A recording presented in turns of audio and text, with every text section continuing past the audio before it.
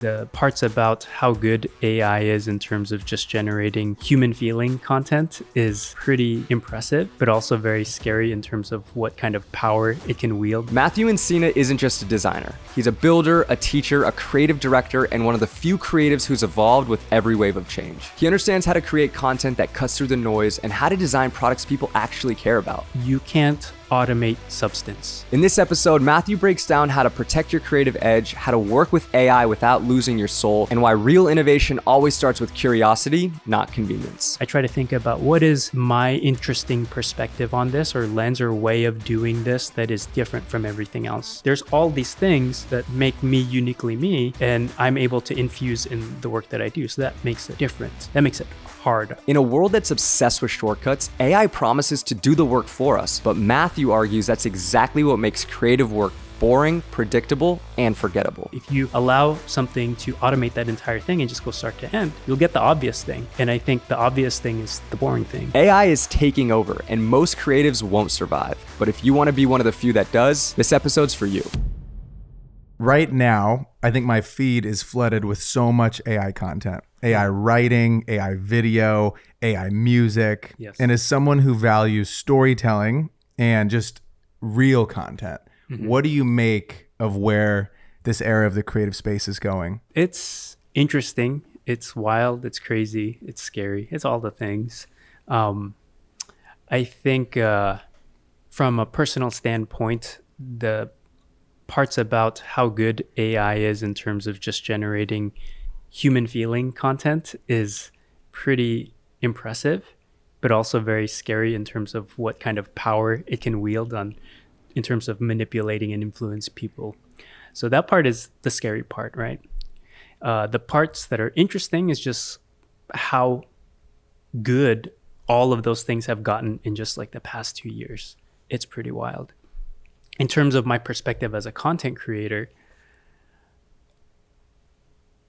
change happens all the time. You know, I've kind of witnessed it over my career. So much change in terms of industries, aspect ratios, TV to social, internet taking over everything. I've seen a lot of change, and this just feels like another wave of change. It's pretty significant, but I've kind of seen a lot of change. And when things change, I like to just focus on my values, the things that are very interesting to me. I pay attention to that stuff, but I like to focus on, well, that's cool that's going on. Is there anything that I want to adopt into my practice? And everything else it's just noise to me, because I could just still focus on the things that I want to focus on. So I appreciate well-made content, well-made products, well-made anything. And when I know the people and the hands behind the craft, I can appreciate that even more. Yeah, do you find that it diminishes maybe your appreciation for something if you know that AI had some sort of like if somebody used AI to help create something? Yes, right now I still have a very heavy bias against that. And I'm aware that it's a bias, right? But when I put those things aside and I just kind of evaluate it for what it is, there's some times where I'm fairly impressed. It's like, wow, that's actually pretty good. Like the rendering is very good, or how it does all of these things, especially when it comes to image making, very good. When it comes to writing, all that stuff is really impressive too, right? I use AI in my practice, and mostly as a writing partner. And what I'll tend to do is there's certain things that for instance, like I don't have templates for, and I'm a little lazy to do. So if I'm working on a marketing plan, I might use AI to draft an outline for me to fill in, right? Because I haven't generated that before. I've worked on plenty of marketing campaigns. I've seen a lot of briefs, and I could type that all up myself, so I know what to expect. But I could use something like AI to generate a draft, and then obviously finesse and refine that for what I actually need to use it for. But it gets me about like 80% there. So for things like that, it does help my process, and those are areas in which I use it.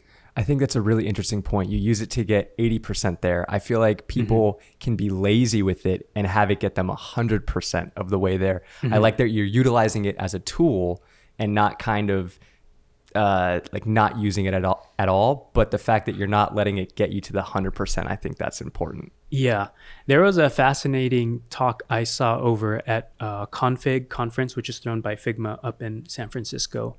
And one of the speakers there was giving a talk about designing a typeface. And the big takeaway that I got from her talk was you can't automate substance.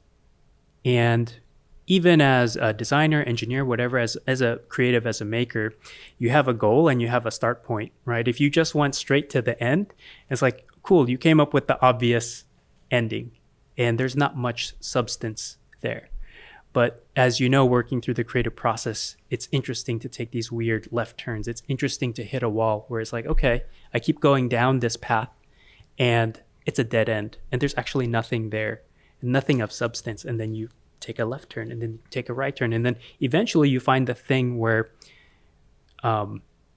you don't get the exact thing that you expected, right? You get something novel. You get something more interesting than you had originally set out to do. And I think all of that kind of path and wandering and following your curiosity and allowing some of these things to take place in course correction as you're getting to the ending point is what makes the end product a lot more interesting, right? If you allow something to automate that entire thing and just go start to end, you'll get the obvious thing. And I think the obvious thing is the boring thing. I think it's all going to start to look the same.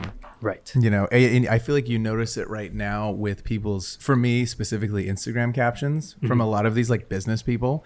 I'm noticing that they're all formatted the same and they sound the exact same. And like the words just have no human behind them because it's just copy and paste and they're not, I don't think, writing them. And I think even for like the newsletters that we write for the pod, what I like to do is I'll just write the whole thing, like write it, whatever, my 500 words, whatever. And then, hey, I need to like fix the grammar because I'm not a writer. Okay. There's going to be a lot of spelling mistakes. There's going to be some curse words in there. We got to like figure this out. And I think that having it as a co-pilot rather than relying on AI, I think is a way that creatives can really see their stuff still come through, you know? And like even, I don't know, I'm curious what you think of these next 6 to 12 months. Like, what do you think is going to happen as just content creators start to see more AI creators on these apps? Like I found someone the other day that was like a completely AI person. I was like, this is the weirdest shit I've ever seen. 200,000 followers. People are commenting on it. I'm like, this isn't a real thing. And I just am,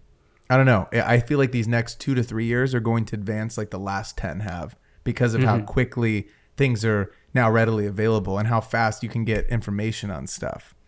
I mean, these are my perspective and my bias. I don't know how it's going to affect the larger population. Hopefully everybody is pretty savvy to this stuff and can tell the difference between real and fake. I mean, things have always been manipulated. Things have always been like skewed. It's like, hey, look at this perspective through this lens, right? It's always been that way. It's just the tools are a little bit more sophisticated now.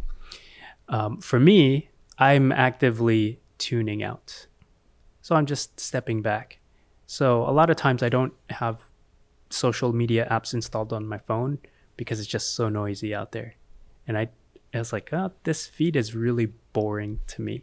And I'd rather go out and meet people and have lunch and do in real life stuff. So I could only share kind of my perspective where it's just like, I'm just pulling away from that because it feels less and less interesting.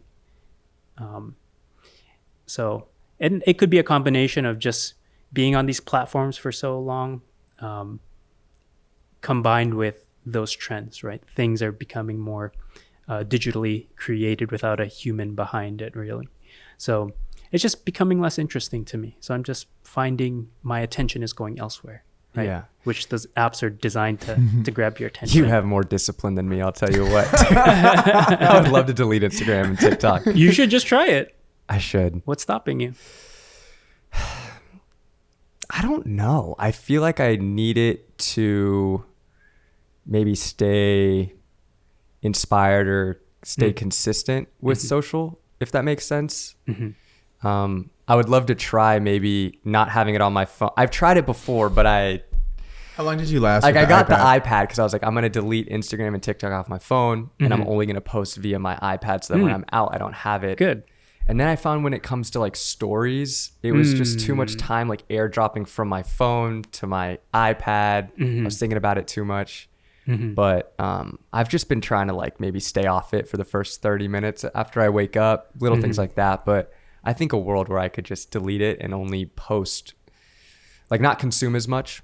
But I will say, I have noticed myself as I've kind of ramped up my making of content, I've consumed less. Good. And I find that when I'm in a season of not creating as much, I'm consuming a lot more. And you start to feel like shit, honestly, because you're like watching other people create. And if you're just consuming, you feel the urge to create, but you're not doing it and you're consuming more than you're creating. And that's not a great feeling. Yeah, for me, I've just come to the point where I only because I also get inspired from people I follow, things I see on there, but I only go when I am actually seeking inspiration, right? So for the most part, I'm not. I'm just busy making or living life or doing something, right? But the moment I have a project, for instance, if I'm working on a new branding project or designing a new product, that's where it's like, okay, turn that on. The reason why is because I have questions on my mind and I'm seeking answers. So it's more intentional, right? I got this from the book Limitless from Jim Quick.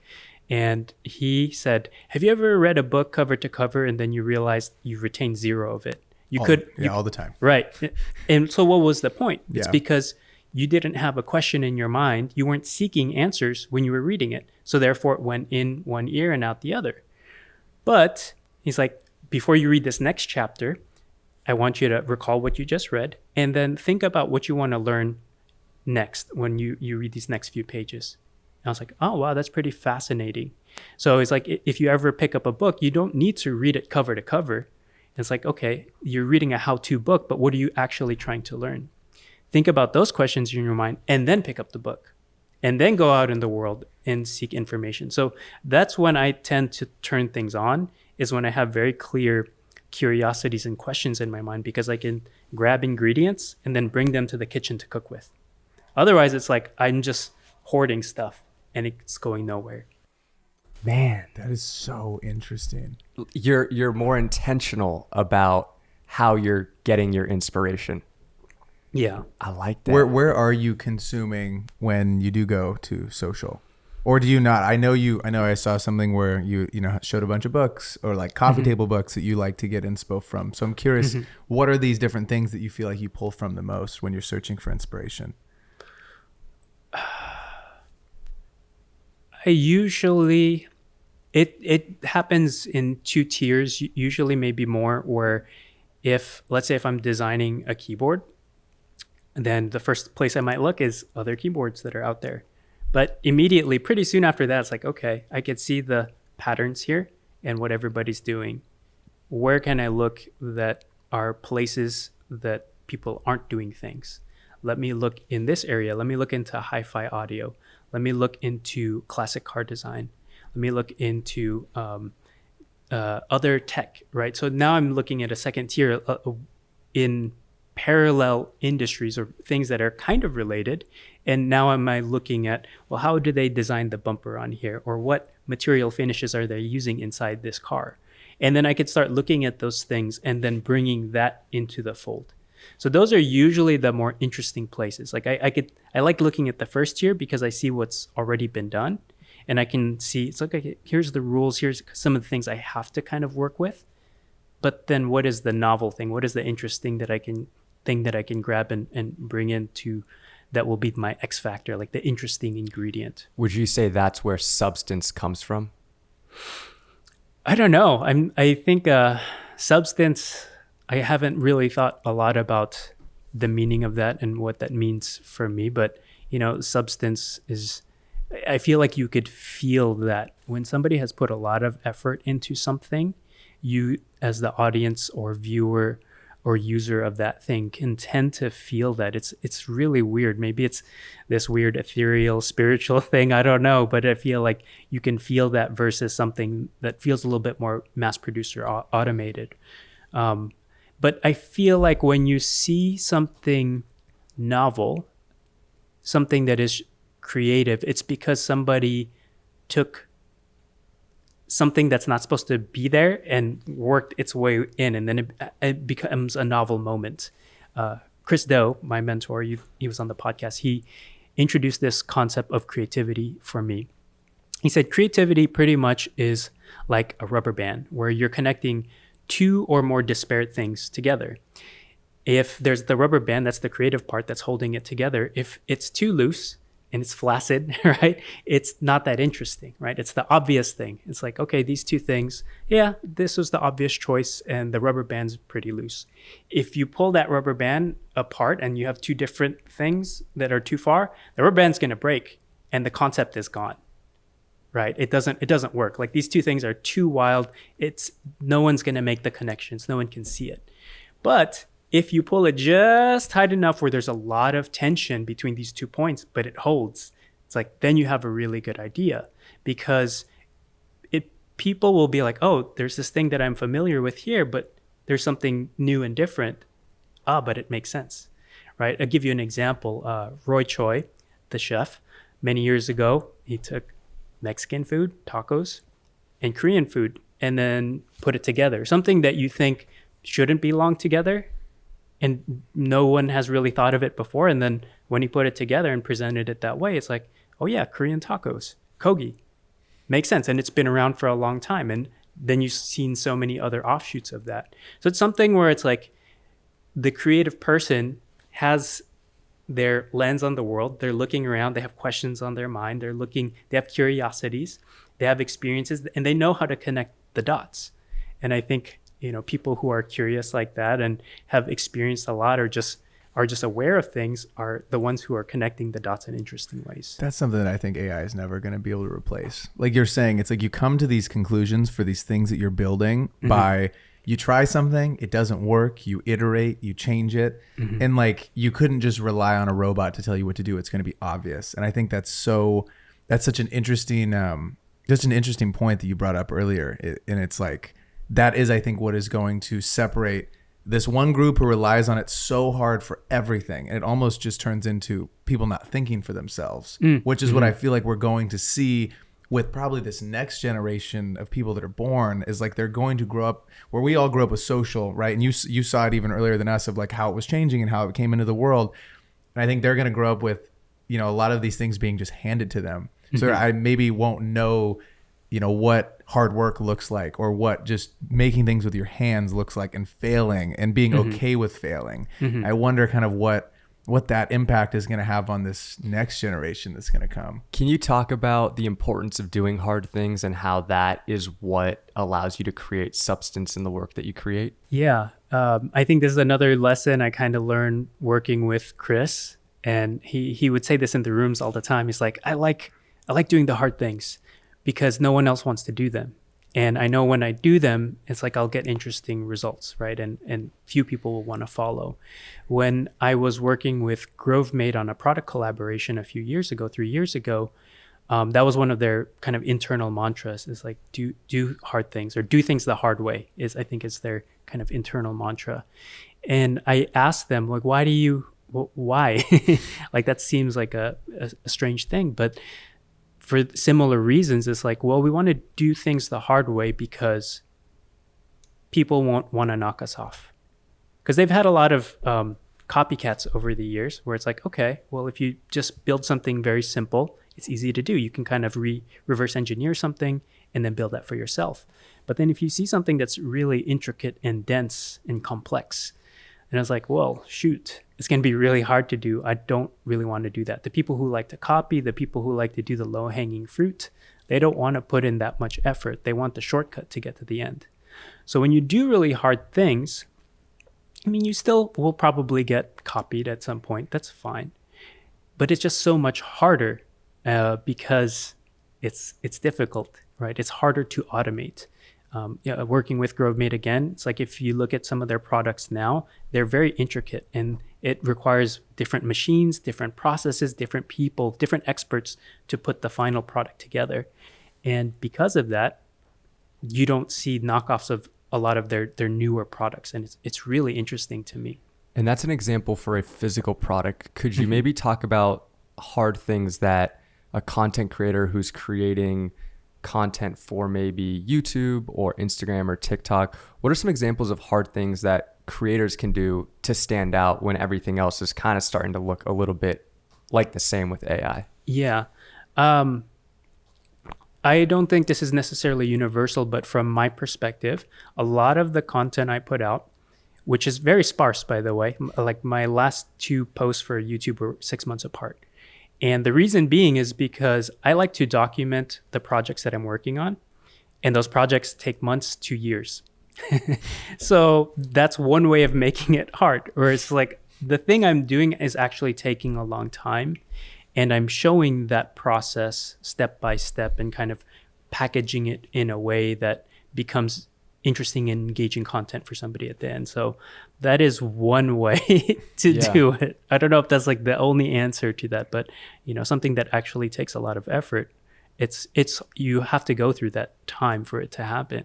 How have you kind of like trained your brain to be okay with doing hard things? Because I feel like it is a muscle. Like you start out with doing things that aren't wicked difficult, and you almost kind of build up this callus to being able to know that like I've been here before, I've been in this familiar place, like this kind of sucks at this moment, but I know that on the other side of this is maybe like a massive breakthrough. Like do you partake in any fitness stuff that you've done where you're like, oh man, like this, maybe you had like a marathon or something like that you were training for? I'm just kind of curious how, people can build that sort of callus up. Yeah, it's a two-part question, right? For me,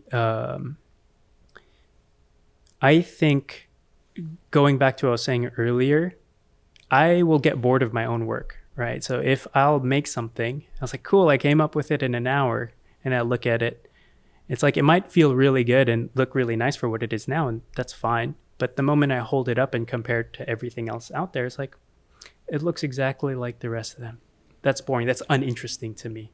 What else am I going to do to it? And then I just kind of keep iterating that way. And that's not to say that I won't take advantage of, tried and true storytelling or ways of framing a shot. Like I still use all of those things, but I try to think about what is my interesting perspective on this, or lens or way of doing this that is different from everything else out there. So some of those things relate to the projects that I'm working on, because I know very few people who are making content, have this background in design, are creating physical products. It's like there's all these things that make me uniquely me, and I'm able to infuse in the work that I do. So that makes it different. That makes it hard, I think. To go to the other part of your question, I've done a lot of physical things over the years. Like I've been rock climbing for a really long time, became a gym rat for many, many years. And ever since 1999, I've been breaking. So I've been a b-boy since 1999, and I'm still doing it. And really? I'm turning 41 this year. I'm no spring chicken, and you don't look a day over we're 30. young at heart, baby. Thank you. Come I'm trying. But I still practice for different reasons. It was competitive before when I was growing up. I was entering a lot of competitions around the world and stuff. Awesome. That is so sick. Yeah, and it's a hard thing because like you're training, you're learning new moves, and then there's the discipline of practicing and actually making those movements better and then presentable for competition, right? These days, I don't care about competition. To me, it's just creative expression. So it's another outlet for me, but I'm still doing a lot of things that are hard and new to me. So even though I've been in this lane for a long time, breaking for so many years, now I'm actually taking dance classes like for house dance and hip hop and other things that I feel so stupid when I'm there. Like some of those first early classes, it's like, ooh, this feels very unnatural for me. But I'm old and I have this other dance experience. Like, why doesn't it translate over? So it's one of these things that my ego is just trying to protect me. And I had to chop that down a bit and be like, no, I'm a student here. All these other younger kids are like young 20s. Some of them are still like late teenagers. Like, man, they're so good. I'll get hit with some dance competition content. It's actually a niche that I love to consume.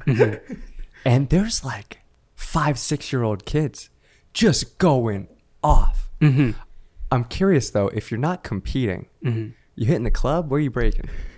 No, there's practice spots. Okay. There's session spots. So I mean, there's a lot. Luckily here in LA, the dance community is very big. right? There's a lot attached to entertainment, right? And Hollywood and all of that. There's a lot of people who are teachers. It's like the dance community has matured a lot. So there's a lot of opportunities for folks to learn, to practice and session at, to compete. And so that whole industry has blossomed over the past few decades. And luckily, there's still a big community around it. So for me, even being in my 40s now, I pretty much every day of the week, there's a practice spot somewhere in LA. That's awesome. Yeah. Wow. Really allows you to get involved with the community. Yeah. Yeah. Is there anything from breaking and dancing that you've been able to take inspiration from and bring into the physical products that you're making? Physical products, I'm not sure I have a connection there, but at least just in my design process and making content, I think one of the biggest things connecting that is music and audio and tempo and cadence, right? So with dance, right, if you just do everything same tempo, it's pretty boring, right? But you could take that same 4 count as like, right? And then, so it's the same beat, but how you play with the tempo there becomes interesting, right? So I've taken that into content for sure. So I think about, okay, what is the primary beats here or the primary movements? And when I say beats, it's not necessarily following to the music. It's just more of like, what is the cadence of these shots? Expected, expectant, and then divergent, right? Like something different, something unexpected. Let this one breathe. Make these ones staccato.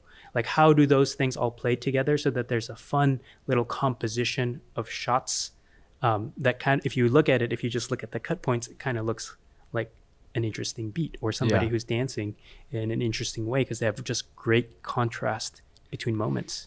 Do you worry at all about, the future generations, how you've been exposed to dancing and you're consuming art in the real world, you're holding these books. I feel like the future generations, everything's behind the screen.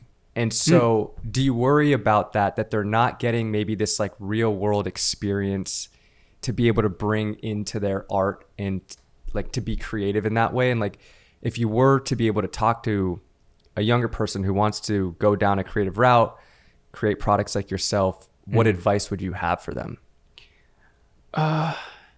Yeah, I mean, just get out in the real world. I think it's natural to have those fears. It's like, okay, everybody's on a screen and I see it, right? But if you look at the generation before us, that's how those parents felt about their kids. Like my parents, my dad especially, is like, why are you spending so much time in front of the TV?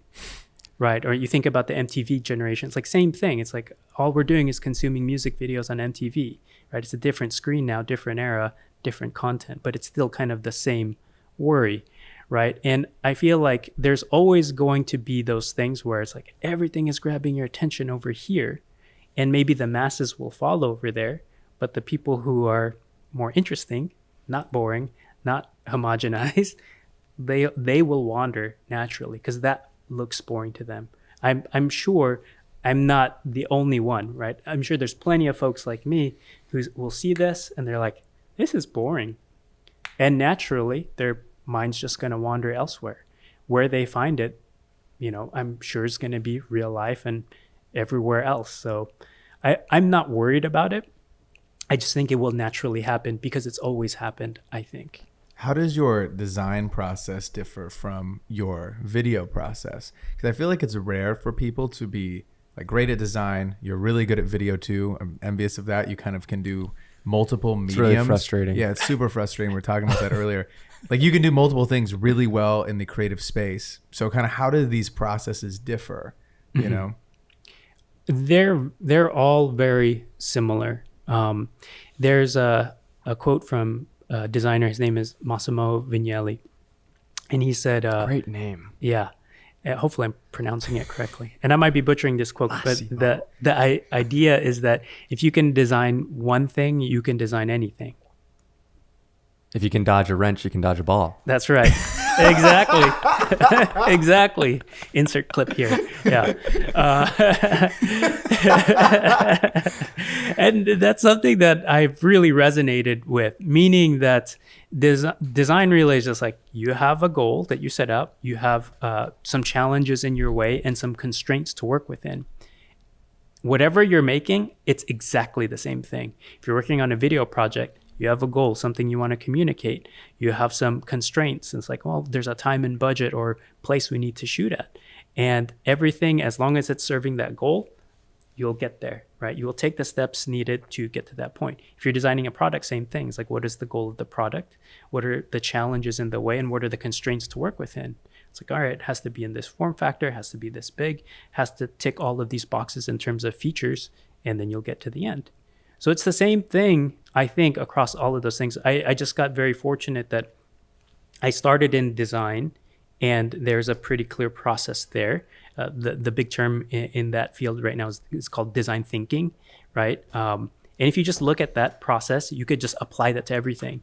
So I'm into DIY woodworking, right? If I'm going to make a table at the studio, a big work table, I have a goal. I have a challenge, which is, okay, where does this need to fit? What are the purposes that it needs to serve? And then constraints. What materials can I use? What knowledge do I have to put it together? What do I need to learn in order to get to this thing? Same thing. It's the same for all creative endeavors, like pretty much everything that you make. You just need to know what you're making and be good at learning, which is just asking the internet questions. God, you are inspiring me, because in my new place, I want to make a table, like a sort of little table for my plants, to be able to be above the railing, because it's like blocked. So there's no light that's like piercing through, like here on our at 505. So, I mean, I think I'm just going to be living on YouTube, man. I've never built something in my life, like ever, like literally ever. You're going to woodwork? I mean, you made this table. I did make this table. I did make this table. Nice. IKEA things are a little easier for me to follow. I feel like this is one that I'm going to have to watch some YouTube videos on. But man, YouTube's taught me like so much in life. I learned how to drive stick on YouTube. Wow. Yeah. Literally. That's impressive. This one guy had like an FRS, and I was like, this is the car that I'm going to try to buy. I'm going to save up. And I was learning from this random guy on YouTube. I'm being in my room. My mom's like, what are you doing? I'm like, learning how to drive stick. Just trust the process. Okay, wait, how can I make this damn table? What do I need to do? Is it like, how hard is this going to be for me? It's not the hardest thing is just the objections in your mind, right? Just the stuff that you're telling yourself you can't do. Yeah, dude, it's all mindset. Yeah, you can build a table. I can build a damn table. Yeah, come on. I mean, it could be so simple, right? Like just like some 2x4. Yeah, you could just get a 2x4. You can get some cinder blocks to prop it up, and then just put it on there and done. Man, now you're talking. Right? Simple. I like the way you How would Simple. Matthew Encina this though? Yeah, how would you think about designing a cool table? Because that's boring. That's what everybody's doing. You know, Those center blocks, I see them all the time. you got to zag when they're zigging. That's right. Yeah. How do I zag? You could start there. Start with the easy thing. No, I mean, I would just sketch up stuff. You know, I think about like, what is the You lost context? He can You draw lost too, bro. him. See, this isn't fair. He can't draw. My sketching is not great. You know, That's bullshit, because I saw your shit. It's so perfectly. I can't draw those lines like you, man. I see you just start going. I'm like, dude, this is ridiculous. But yeah, maybe you just start with the drawing. Okay, I'll start with a little drawing. It'll be stick. Yeah, Some stick figures. Yeah. Yeah. I mean, I think the first thing is just starting, because once you make one thing, then you realize, oh, that wasn't so bad. And you'll make something a little bit harder. Like, oh, what can I do? Like, I'm going to learn how to use a different type of fastener to put this together. Like maybe the first one, there's no glue or no screws. Maybe the next one is like, okay, let me build some legs for this and figure out how I'm going to screw this together. So there's plenty of just basic woodworking stuff that you can find, or just fun DIY projects that other people have done on YouTube. That's a great place to learn. And then the next level after that, I think, is just studying things around you, right? So like once you have some basic knowledge of how things are put together, then you have the knowledge to be able to start to reverse engineer other things. So you could look at a bookshelf that you have over there and you see like, oh, how is that fastened? Well, you have a steel wireframe cage that's holding up each of the parts, and then you have all these fasteners that are screwing into this composite wood that are making up the shelves. It's like, okay, now I know how somebody else might build it. Then you could start thinking about, how would I build that same thing? So reverse engineering and just being curious about stuff, I think, will really help you get more comfortable and confident, because I learned from scratch from YouTube University and then just trying a bunch of stuff. But now that I've learned some stuff, now I'm always like, I'm at a coffee shop, I'm looking at the tables like, They're like, hey man, what do you want to order? yeah, I feel like people might think I'm weird because I'm like crawling under the table and taking photos of like weird stuff, like, oh, how did they join this table, because it's such a cool table. Wow. And then I'm literally under a table at the coffee shop taking a photo, and they might think I'm crazy, but it's okay because I'm just collecting ingredients for things to use later. Have you always been curious like that? Since like you were a kid, you've always just kind of wanted to go deeper and really understand how things work? Yes. I'll give you a story. I think I was maybe 4 or 5 years old. And I think when you're a young kid, one of the toys that is pretty appealing to you is just like some kind of race car track thing, right? So I've always, as a kid, I wanted just like a cool race set and then these little cars that you can control with a remote. So I got it. Maybe it was for Christmas or birthday. I don't really remember that. And they're these tiny little cars. And probably about after a month of playing with it, I got bored, as kids do. And then I was just fascinated. It's like, how does this car work? And so I went to the garage, took my dad's hammer, and I busted the thing open. And then I found this cool little motor inside that I was like, how is this powered? And then I remembered the battery that was used there. And I was just like contacting the parts to the motor with the battery, and it was turning this thing. And I was more fascinated with the little motor inside than the actual car. And that I can't even tell you what color the car was, but I could tell you what the motor looked like, and that was so fascinating for me. So I think since I was a young kid, I was always like that. I'll get bored of something and then it's like, what's the layer deeper here? What can be more interesting out of this situation? And I've always liked to reverse engineer stuff. How do you think you build confidence in your creative work? I know you've been doing this for so long, but in the early days of it all, did you feel confident in the things that you were making? I think so. Yeah, I think for the most part, I felt confident. And part of that is external praise, right? Like having really good teachers and community, parents, family around you, nurturing that, where it's like, oh, I drew this Ninja Turtle, and they're like, oh, that's awesome, right? And then going through high school, taking art classes there, it's like, wow, that's really good. You're in the art show. So I think early on, it was definitely a lot of external validation, which was good for me. And then at a certain point, it made me complacent, because it's like, okay, I keep getting A's, so I don't have to try any harder, right? So I right after high school, I went to Art Institute, which was, I just went there because all of my friends were going there, all my art friends. It's like, cool, I'll go there. I looked into Art Center, but it was too intimidating for me. I was like, wow, everybody's too serious here. I don't want to do that. Like, I took a summer class there when I was in high school. I was just like, I'm not ready for that. That's not interesting. So then I went to Art Institute. And very quickly I found out like, oh, certain classes are super hard. No one's praising me. Like, that's a C. That's not a good grade. This teacher's really hard on me. So I started to level up a little bit there. But then pretty soon, again, I got pretty complacent. It's like, okay, A's, like, this is too easy. And I was getting bored at that point. It's like, oh, this is supposed to be my career. This is kind of boring. Luckily, I had a few instructors there who were Art Center alumni, and they kept pushing me. They're like, this is great, but I think you can do better. I think you're too good to be here. Even though you're in my class, I think you should be trying to go over there. You should go to Art Center. So they were pushing me. So probably about a year into me being at Art Institute, I just felt that complacency. I felt pretty bored about what I was doing, and I felt like I've hit the cap of what I'm going to accomplish here. I need to get new stimulation. I need to challenge myself. And then I started working on my portfolio, finished over there, and then I ended up applying to Art Center, getting a scholarship, and then continued there. And then that's where I was like heads down focused. That's where I was surrounded by a lot of really smart, hardworking folks. That's where I met Chris Do. He was my teacher in 2006.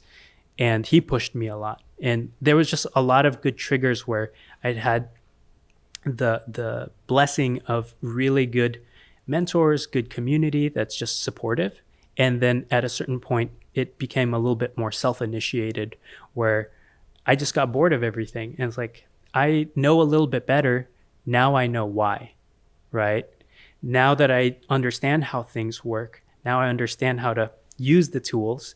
What actually do I want to do with those things? And that's when those things started turning for me and started galvanizing and became a lot more internal. It's like, ooh, now I feel like I have better taste. I feel like I know I could go off on my own and start to do things if somebody gave me a task to do, or if I have some kind of self-motivated thing that I want to build. And those just kept building up over the years. But it was a challenge, just to kind of go back to one point.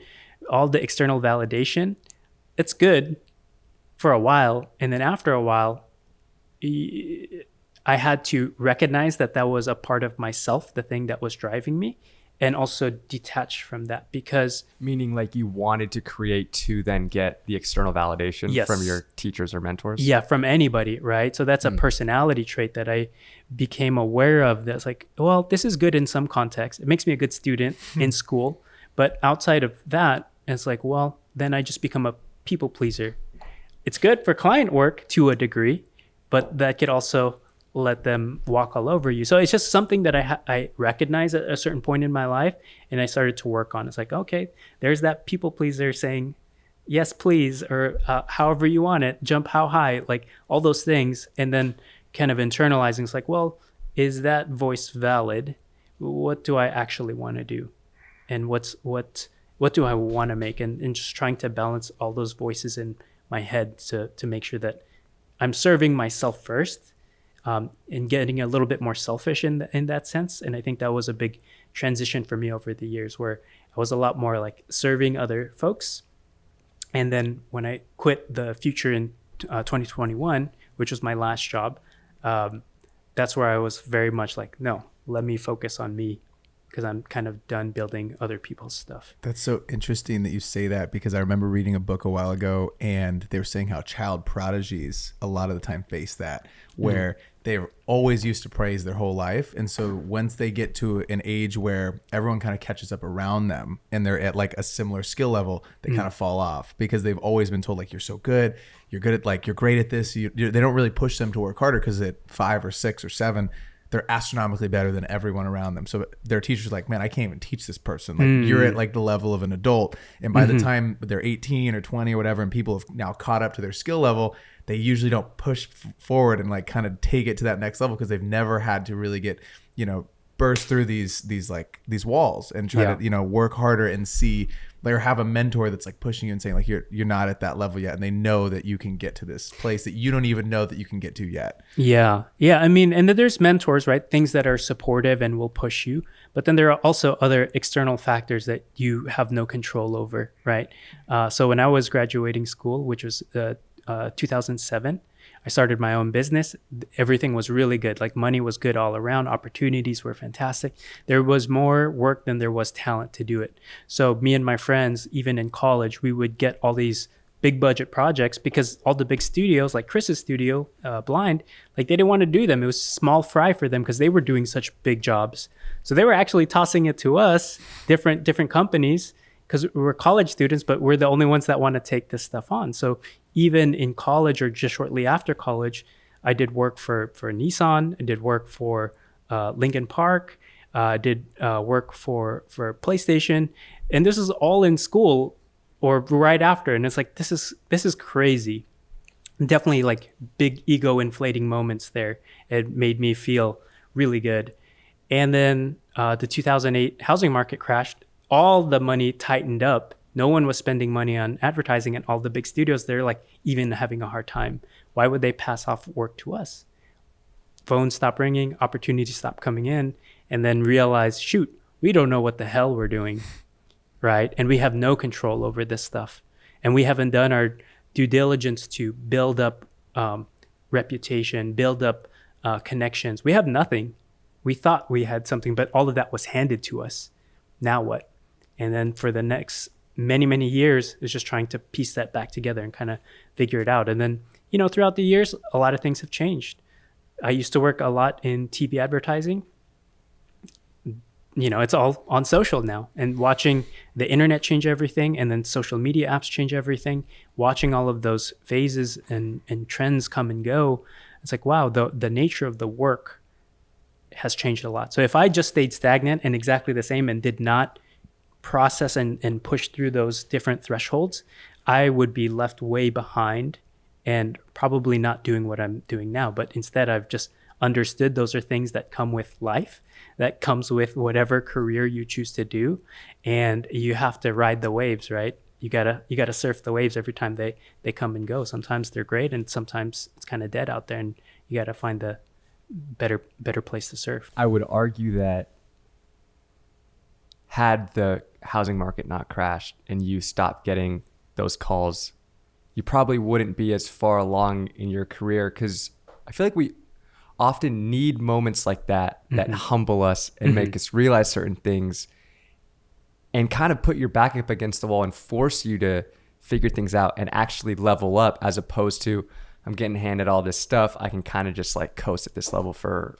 forever, in a sense. Yeah, absolutely. I think, what's the saying? Is it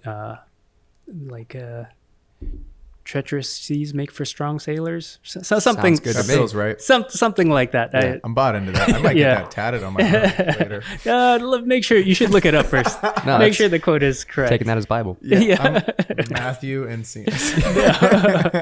No, but I think the more challenging things you have to work through in life, the more resilient you become, and the more you realize how little or petty or how small other things actually are, right? Like starting your first woodworking project, right? It might seem like a mountain, and then you do it, you're like, wow, that took me an hour. That's how it really does feel, though. Right. It's like, it really does feel like Everest wasn't right that now. bad. Yeah. When you're about to crack my neck, I'm like, Yeah. freaking, Yeah, you Let's finish it in go. an afternoon. It was like, oh, that wasn't so bad. And then you're like, now what else, right? So I think you go from this pessimistic worldview where you feel like everything is daunting and it's really hard. And then once you start doing some of this thing, you start to crest, and then you become more optimistic. You realize like, oh, that's not so bad. All these other things, these small things, they don't really matter, right? You kind of just put things into perspective. Things that seem big and scary before, now they're just like, well, that was just a stepping stone. Like there's so much more. And I think that's, the more you go through that, just the better you become. Could you take me back to '08 when the company is kind of going under some turmoil, and what was going on in your mind at the time? And what were you like? What were those internal thoughts looking like? How did you bounce back? What was it like with your team, or like these are, I'm assuming, friends? Yeah. Like I also lost a business. The first one I ever did, it just like didn't work. And it was very humbling because similar to you, I feel like in college, I like understood how to make good videos. And at the time I was being praised. People were like, these are really cool.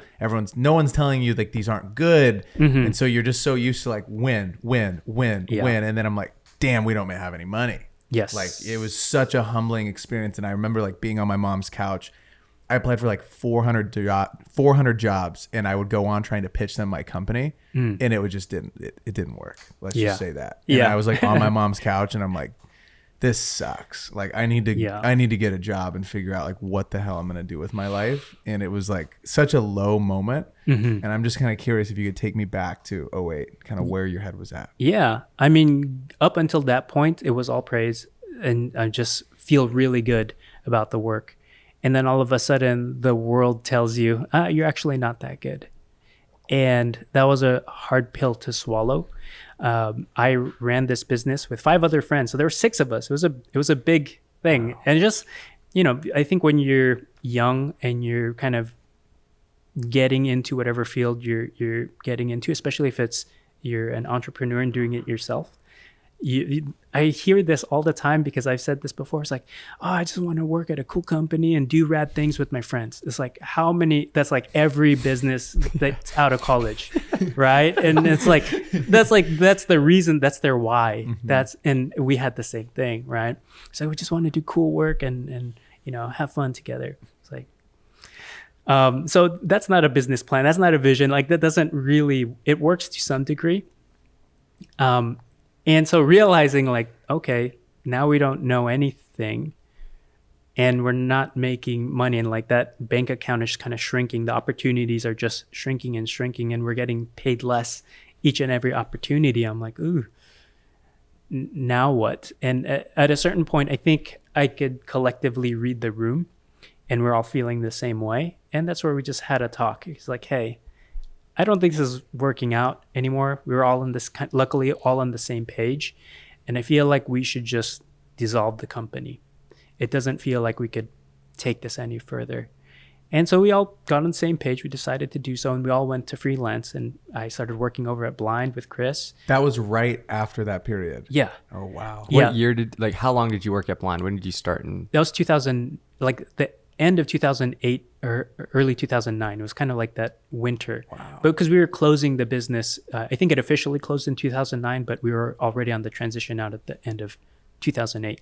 So we're just like wrapping up jobs, and they're like, I guess we could go back to freelance. Luckily, that was still there, and it was okay. Luckily, there were studios that survived and places for us to go. And I'm happy that happened early on, because coming right out of school, you assume all of these things. It's like, oh, this is how you're supposed to run a job. This is how much you're supposed to charge. This is how long it takes, and all these things, because it's just a DIY thing. You're kind of guessing based off of what is told to you or handed to you. But until you go work in the real world or other places, you don't know any better. So I'm very grateful actually that happened to me earlier, because I get to work at bigger studios. I was bouncing around at a bunch of different shops, and I started to learn a lot more. So that moment, to answer your question, like there was definitely kind of like a moment where my ego got crushed. I got humbled, and it was kind of embarrassing too, because all of my peers that I graduated with, they all knew of us. They're like, oh, they're the hot shots. They're doing all these great big projects, and all of a sudden it's like, kind of embarrassing to say that you closed your company. So I got very, very quiet. At that moment, I went from feeling like I was a front seat driver to being more of a passenger. So I kind of like going to the back of the car. And I was okay with that. I think internally, at first it was embarrassing and tough, but then I was immediately grateful, because every industry was feeling the pain of that market crash. So being able to have a job as a freelancer felt very good to me. I was like, ooh, I'm just grateful that I'm here, right? My attitude changed. And then from that moment on, I was just like, the responsibility of running a business is a lot. So even that actually became a relief. It's like, whew, I don't have to look at the books every month. It's like, I'm just worried about me. I'm just worried on my craft. Let me refocus on just doing the work. And let me go to a bunch of different studios. Let me meet a bunch of different people. And at that point, that period, I grew a lot more, because I humbled myself, and then I was just open to more opportunities and was able to focus. I think running a business is very hard, because you have to wear so many hats. It's like you're doing the work, but then also running the business behind it. And sometimes running the business is actually 70% of the work. And so once I became a freelancer and was able to work at studios, I was able to focus like 100% on my craft. And so that was really great. And then all these other benefits happened, which was I met a bunch of cool folks. I learned a lot of new skills depending on who I was sitting next to, because the nature of the work, motion design work, would be working on the computer mostly. So it's a little bit of like musical chairs. It's like, okay, I'm showing up at this shop at this week, and who am I sitting next to? It's like, well, this person is some crazy Houdini artist that does particle visual effects, and this person's really good at compositing. And then I get to lean over and then just say like, hey, what are you working on? It's like, oh, how'd you do that? My curiosity kicks in. I'm reverse engineering what they're doing. Opening up files when no one's looking. It's like, oh, let me see how they broke that down, right? And learning. And that was just super cool to be able to be in those opportunities. And that curious kid popped up again and just started learning like really fast, because all the other stuff was out of the way. All of the other stuff that I was trying to prop up and try to make work, but obviously didn't have the skill set yet, that all went away, and I could just focus. So that was a different me, a much younger version of myself, but it allowed me to just develop skills, develop network, and understand what I like in the industry, right? Because if you're just isolated in one context, It's like you only know what you see, right? But if you're able to freelance in different places, then you get a sense. It's like, oh, I like working with this type of folk, or I like working with on this type of project. I like doing these tasks. I don't like doing these things. I don't like this environment. I don't like 16-hour days. I like the 8-hour days. Like, those are nice, right? Or I like the 2-hour lunches here. Like, this is kind of cool. You know, whatever it is, it's like you get a better sense of what it is that you actually enjoy. I want to go deep on your process, and I'd love to know what you learned and what changed in your process from when you were in college and you were running your own company to like then freelancing and learning from so many different people. Your newest YouTube video, you're so confident when it comes to doing a rebrand for a company like Mode, and like it's fascinating because I feel like you know exactly what to do start to finish, from conceptualizing an idea for a product or design to it being done. And so I'd love to know what your process looks like and how that has changed over the years, and like what you were able to pull and learn from different people over those years of from going from being in college to working at Blind and then doing your own thing now. Mm-hmm. It's a lot. There's a lot of little things. And I think, just to follow the theme of our conversation so far, it's just like the more you do it, the more aware you are of things, the shorter things become, because you kind of understand more shorthand, like how to do something, where the very first time you're doing it, you're going to fumble and fail, and it's going to be very hard, and it's going to take you a long time to do the first version of that. But by your 100th iteration of doing the same thing, you're fast. Like, you don't even have to think about it. You just do it, right? Where some of that changed, I think, during that period where I was a freelancer, I became very, very competent at my job, like really fast. And I kept getting hired because, you know, I produced the work. You say it needs to be done on Friday, it's done on Thursday night. You know, I became so efficient and so good. And it wasn't until Chris had offered me a position as a creative director that I had another transformation in my life, which was, okay, now you're leading the team. Instead of taking the orders and kind of executing the plan, you have to come up with the plan and train the team to do it, or instruct the team on what to do.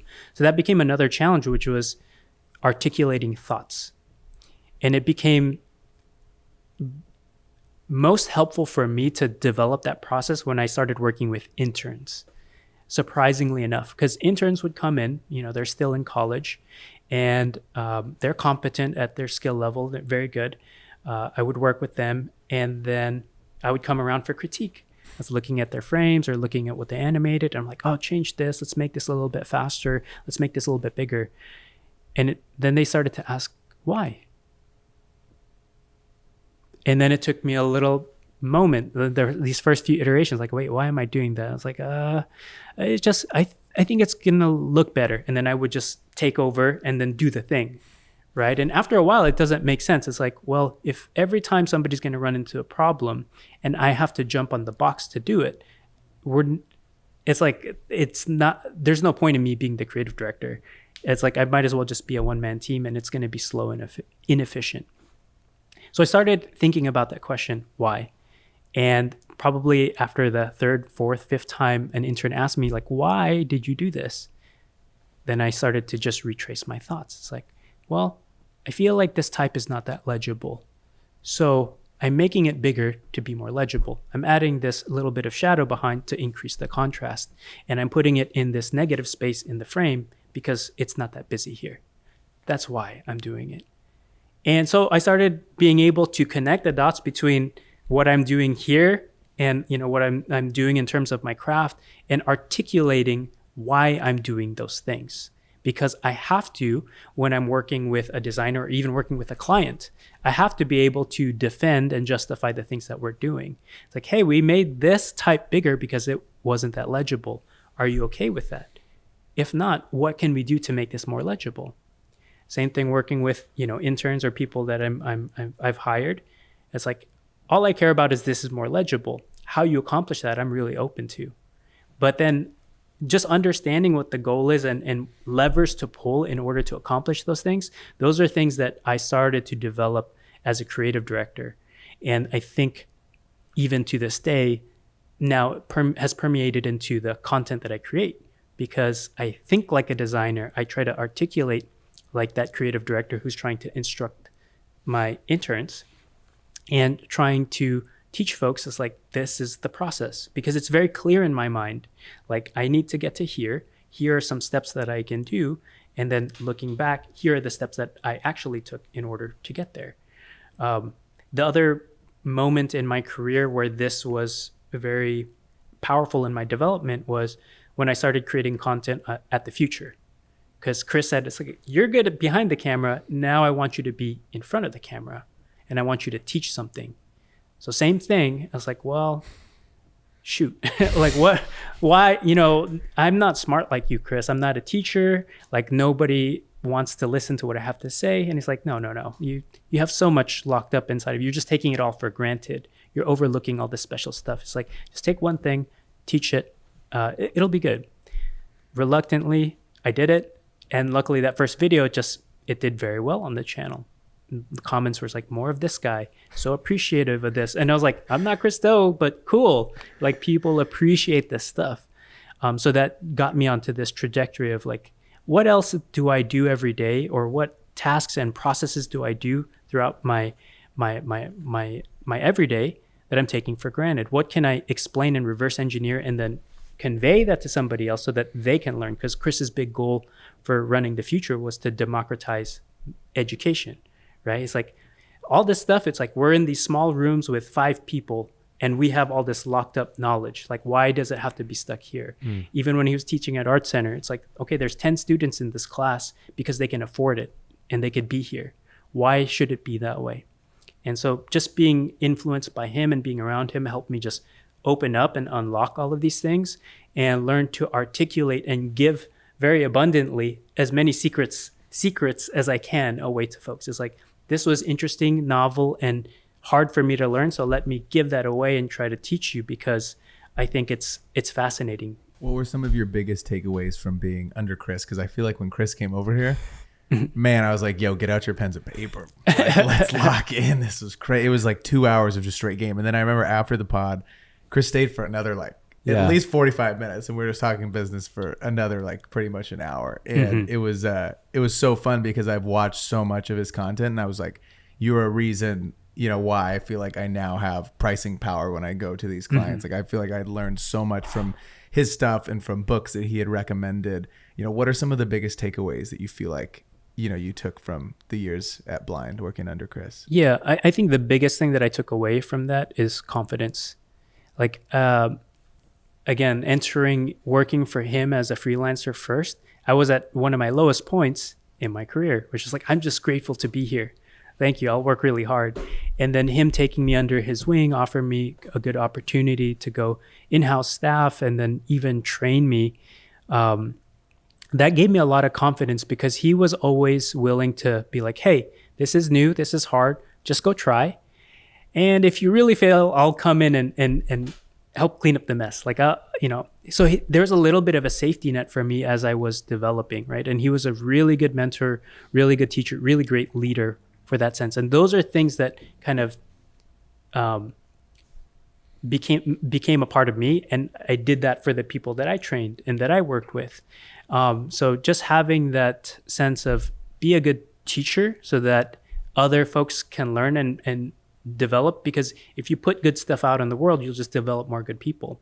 And I think that culture that he developed around the companies that he started definitely had stuck with me. And the other part, just watching him being such a good teacher, I realized, I think he told me, I forget what year this was, but he teaches to learn, right? So because when you teach something, let me back up a little bit. There's this thing called the learning retention pyramid, and it's just different modalities of learning and how much you retain, right? So if you look at the pyramid, the types of learning that you retain the least amount of knowledge is something like a lecture. If you go down there, that's passive learning, right? If you go down a little bit further, there's more active learning. So you might do a workshop. And when you do a workshop, you actually retain more of that. You do like 50, 60% retention. But the thing where you retain 90% of that information is when you teach. Because there's a difference, right? When you're passively consuming something, some of it comes in and then most of it goes out. Because it's hard to connect the dots, like from something that feels like a theory to something that's practical to be used. When you're doing something like a workshop, somebody's kind of holding your hand, or you have a director or somebody that's kind of helping you get to the thing. And it's like, ooh, I built this. Now I feel a little bit more confident to do it, but you still don't have all the knowledge yet. But when you teach somebody, you have to go through the process of absorbing the knowledge, processing and turning that into somewhat of a recipe for somebody else to follow. So it becomes a lot more concrete in your mind. It's like, I have this goal for you. I need you to do these 5 steps and stay within these parameters in order to make this thing, right? And then all of a sudden that knowledge becomes concrete. You own that for the rest of your life. So I think teaching has been a powerful tool for me to just own information and make that concrete as part of who I am. I think you bring up a few very interesting points. Teaching, we've done a few episodes, we've done more than a few, where it's just us and we're not really interviewing or having a podcast with somebody else. And I have found that over the years of us, like, quote unquote, teaching it, we also have a cohort where we teach, people, and you start to learn and you're able to explain why certain things work or why you should do certain things. And I've always like understood what we've taught, but I understand it, I think, better now, and you're able to regurgitate that easier through teaching. And I think that's a really good point. I want to ask you about those secrets. I'm not great at design. The man to my left is also terrible at design. I'd say I'm better than one of us at the table. You're like, so, I don't know if you love the word like aesthetic, because I heard once that like aesthetic, that's actually, something can't be aesthetic. It's like a certain type of aesthetic, but something can't be aesthetic. For something to be like, to look better when it comes to design, are there few basic principles that you can share with us to make something look better, something that somebody's going to be drawn to a little bit more, like putting text a little bit bigger or in the white space? Yeah. I mean, I think one of the biggest things is just understanding hierarchy, right? So if you look at any image, you just have to ask yourself, what do I want somebody to look at first? What's the most important thing? What's the second thing? What's the third thing, fourth, fifth, if it even goes that deep? And that will just help you really arrange and move stuff around in frame until it makes sense. So if we were all filming this can, you might look at it and be like, well, this surface is really busy. It's really checkered. Let's swap out and let's put like a faux concrete thing under here. It's like, okay, cool. Now it's like, well, this is gold and blue. What can we do to accentuate this? Well, the material on the can, it's reflective, so maybe we can hit it with a couple of really sharp lights, and then all of a sudden we get this cool rim light. Maybe we backlight it, right? So now it's popping out. It's like, well, everything's bright now. Well, let's put a negative fill, right? Let's just put a black card right here. Let's put a dark background. All of a sudden, it's backlit on a dark background, and then this thing is just glowing on there. It's like, okay, cool. Now it's popping out. All the other stuff has faded in the background. So when you think about design or just image making in general, even writing, right? Like if you're trying to articulate a thought, what is the most important thing? And make sure that that's the important thing. And then start thinking about all the other stuff and how those add up to the important thing. So I think that's the biggest thing that people don't consider. Like they might be framing a shot or putting stuff in, and they're just putting it in because it's like, oh, cool, I want to decorate this. But really, part of it is just taking things out. It's like, let's highlight the thing and then start putting in other things until it feels right. And then you might still take some stuff out, and it's just all editing at that point, right? So if you just understand the hierarchy of what you want to communicate, then it just becomes editing, taking stuff out, accentuating the things that need to be there, and then it'll be fine. What are some of the things that you took from working with Chris the Futur on the leadership side of things that you've now taken into mod and mode that you're now doing now with working with other people, working with designers, maybe project managers? I'm just curious. Yeah. I think the biggest thing that I took away of working with Chris and actually just working in production in general is planning and organization, understanding that things will go wrong and planning ahead to make sure that you're covered when those things go wrong. I'll give you an example. My old head of production, Amy Neural, when I was just starting out as a creative director, we would work on our budgets together. It's like, okay, here's a project. And she would ask me, how many days of a designer do you need? I'll be like, 10. She'd write something down. It's like, okay, how many animators do you need? 2 animators for 4 weeks. She'd write something down. And then how long do you think the project's going to take? I would say 4 weeks for this phase and then 2 weeks to do finishing, and then we can deliver.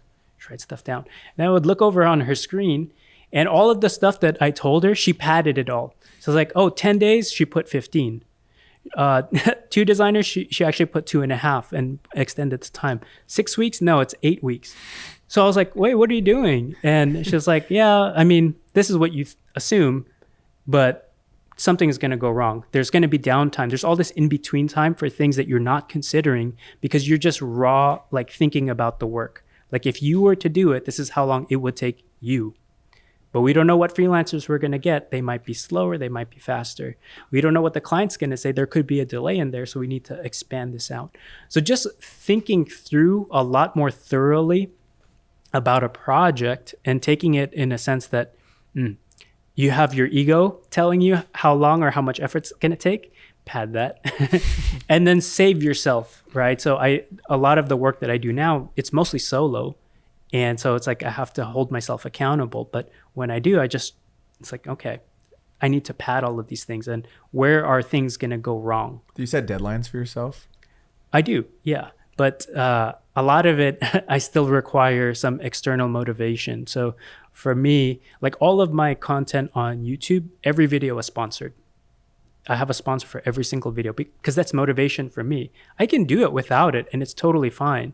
But getting a sponsor on board, it's like, ooh, there's a client involved. And it just, again, it's that people pleaser a little bit coming through, but it just helps me stay a little bit more accountable. It's like, well, somebody else is looking at it, even though they barely have a say on the content. You know, they have a say on the sponsored section, but I'm accountable to somebody else. And it helps pay for the production. So it's like all these things just That's add the up. real reason. That's the real reason. I'm trying to get some bread. That's right. That's right. It's all of those things. Tell me about the process for when you leave Blind and now you're making all of these awesome pieces of mod musings. Like what goes into making a keyboard? Because I've been deep diving on your content. I see all of the little details that I think most people don't think about, where you're like talking about the click clack of what the keys sound like and how they feel a certain way and how there's all these different layers that come together to make a keyboard, and people just see it and they think it's just probably like one thing and then the keyboards go on top of it. And there's so many little details that go into it, the color that you choose, how it feels on your hand, like how it sits, how much it's raised or not. I'm just curious, when you think about making that first ever keyboard that you created, what were all the little things that went into that process? Yeah, I think prior to that point is just going so deep into that hobby, into that niche. So I bought tons of other keyboards and studied them. I went to keyboard meetups, which is a thing. Shut up. Yeah. I believe it, dude. There's some for everybody, man. For everything. Yeah. So there's just this whole community of enthusiasts that you get to go. And it's like, if I were to acquire all the keyboards that were there, it would cost me tens of thousands of dollars. But if I go to a meetup and everybody has, their one or two that they bring, and then I get to try it out, I get to feel it, I get to see different finishes. So part of it is just saturating and understanding what's out there, what people like, what I like. And it only came to the point where I felt like, okay, there's a lot of metal rectangles out there. They all kind of look the same. I like woodworking and I like the natural material of wood. How come folks haven't brought that into the space? And now that's that kind of creative novelty. It's like, I'm trying to connect a dot that other people are not seeing. That's what made me do this project, to start working with Mode. It's like, hey, can we start by making a little wooden accent for your metal keyboard? Turned out it was awesome and it was a hit. They started making more wood products after that. That's where they invited me. They're like, hey, do you want to just design a whole keyboard with us? It's like, okay, I have a genesis point, something I want to see in the world that does not exist. And now let me figure out the expression for that. So let me take some of the tried and true things that I have already learned from other keyboards, from the keyboards that Mode has previously made as well. And then what are the novel things that I can add to it? It was like, what if we have this whole wood face on this thing? How do we integrate wood? And it was a pretty deep exploration for different ways that, like how thin or thick can we make the wood before it's going to snap? How do we fasten it and put it on to the metal? How do we get the seams looking all right? And it was just a lot of refinement. It's just understanding like, okay, the hierarchy, the part of it that we wanted to be prominent was this wood piece on the front. So everything is kind of serving that, but everything still has to work together. And you're just trying to make this this vision come together in real life. And there were so many ways that we could have done it, so many things that we've explored. But luckily, I had Mode as experts there where they can help me avoid expensive landmines or expensive failures, because I could show them a design concept and they could tell me like, actually, that's really hard to manufacture. But if you do it like this or like this, you might be able to try something else. So I think for me, a lot of the products that I've been designing over the past 3 years has always been with an expert in that field. And for two reasons. One, it's like, it's not going to be, if I did it all by myself, it'll take really long and it might not be the best. But if I work with an expert, it's going to come out really good. And I'm going to get to learn in the process. So a lot of the things that kind of drew me into creating products was just because I want the knowledge. Like that's the thing I really want to learn. Like the money and all the stuff that comes around it, like it's great. I want to see my vision in the world, but just working with other experts, it's like, cool. It's just back to my freelance days. It's like, what are you doing over here? What are you doing over here? How'd you do that? Right? So that same curiosity kicks in because I'm just trying to reverse engineer stuff and work with folks that know what they're talking about so that I can absorb these things. And then I make content about it because guess what? I'm trying to teach it and I'm trying to absorb that and keep that information for me for life. Wow. Right. What was the first product that you made for your own company when you left? Yeah, the first project was actually with Grovemade. Oh, with Grovemade. Okay. Yeah. So they hit me up as soon as I left, pretty much. They're like, hey, do you want to work on something together? I see you're free now. They were waiting. Yeah. But I mean, prior to that, I was doing a lot of, some sponsored stuff with them. And I just developed a great relationship. And I think for them at the time, they looked at me as somebody who is making content in the space that they were communicating in, that they were selling to, desk accessories, desk setups. They're like, you are the voice and we like the way you talk about this stuff. So I feel like you bring something to the table that we don't have. Are you interested in developing a product? Because I feel like there's something there that maybe you want to make, but you don't have the know-how. So it was just a nice little exchange. And then after that, I was like, oh, I didn't know I could do this. And then, however many products later, it's like, cool.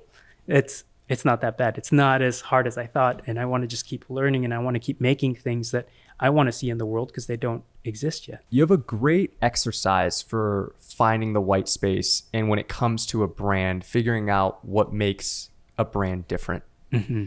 I'd love to talk about that because everybody wants to find the white space. All the most successful creators or all the most successful brands, they find the white space in some way. Mm-hmm. But can almost feel a little bit fugazi of like, you got to be different. You got to find the white space. It's not always super easy, but you have a great exercise of like, how can we look at where our brand is and compare it to other brands and like, almost like have a formula for figuring out that white space. I would love to go into that. Yeah. I think you're referring to one of the exercises we did on the Building a Brand episode I did for Mode, where we did a rebrand. And as we were going through the process, one of those exercises was to determine all of our brand attributes through different lenses, right? How do we look and feel, right? How do we sound? Like, what is our voice out there? And then taking a lot of those brand attributes and plotting it on a XY grid.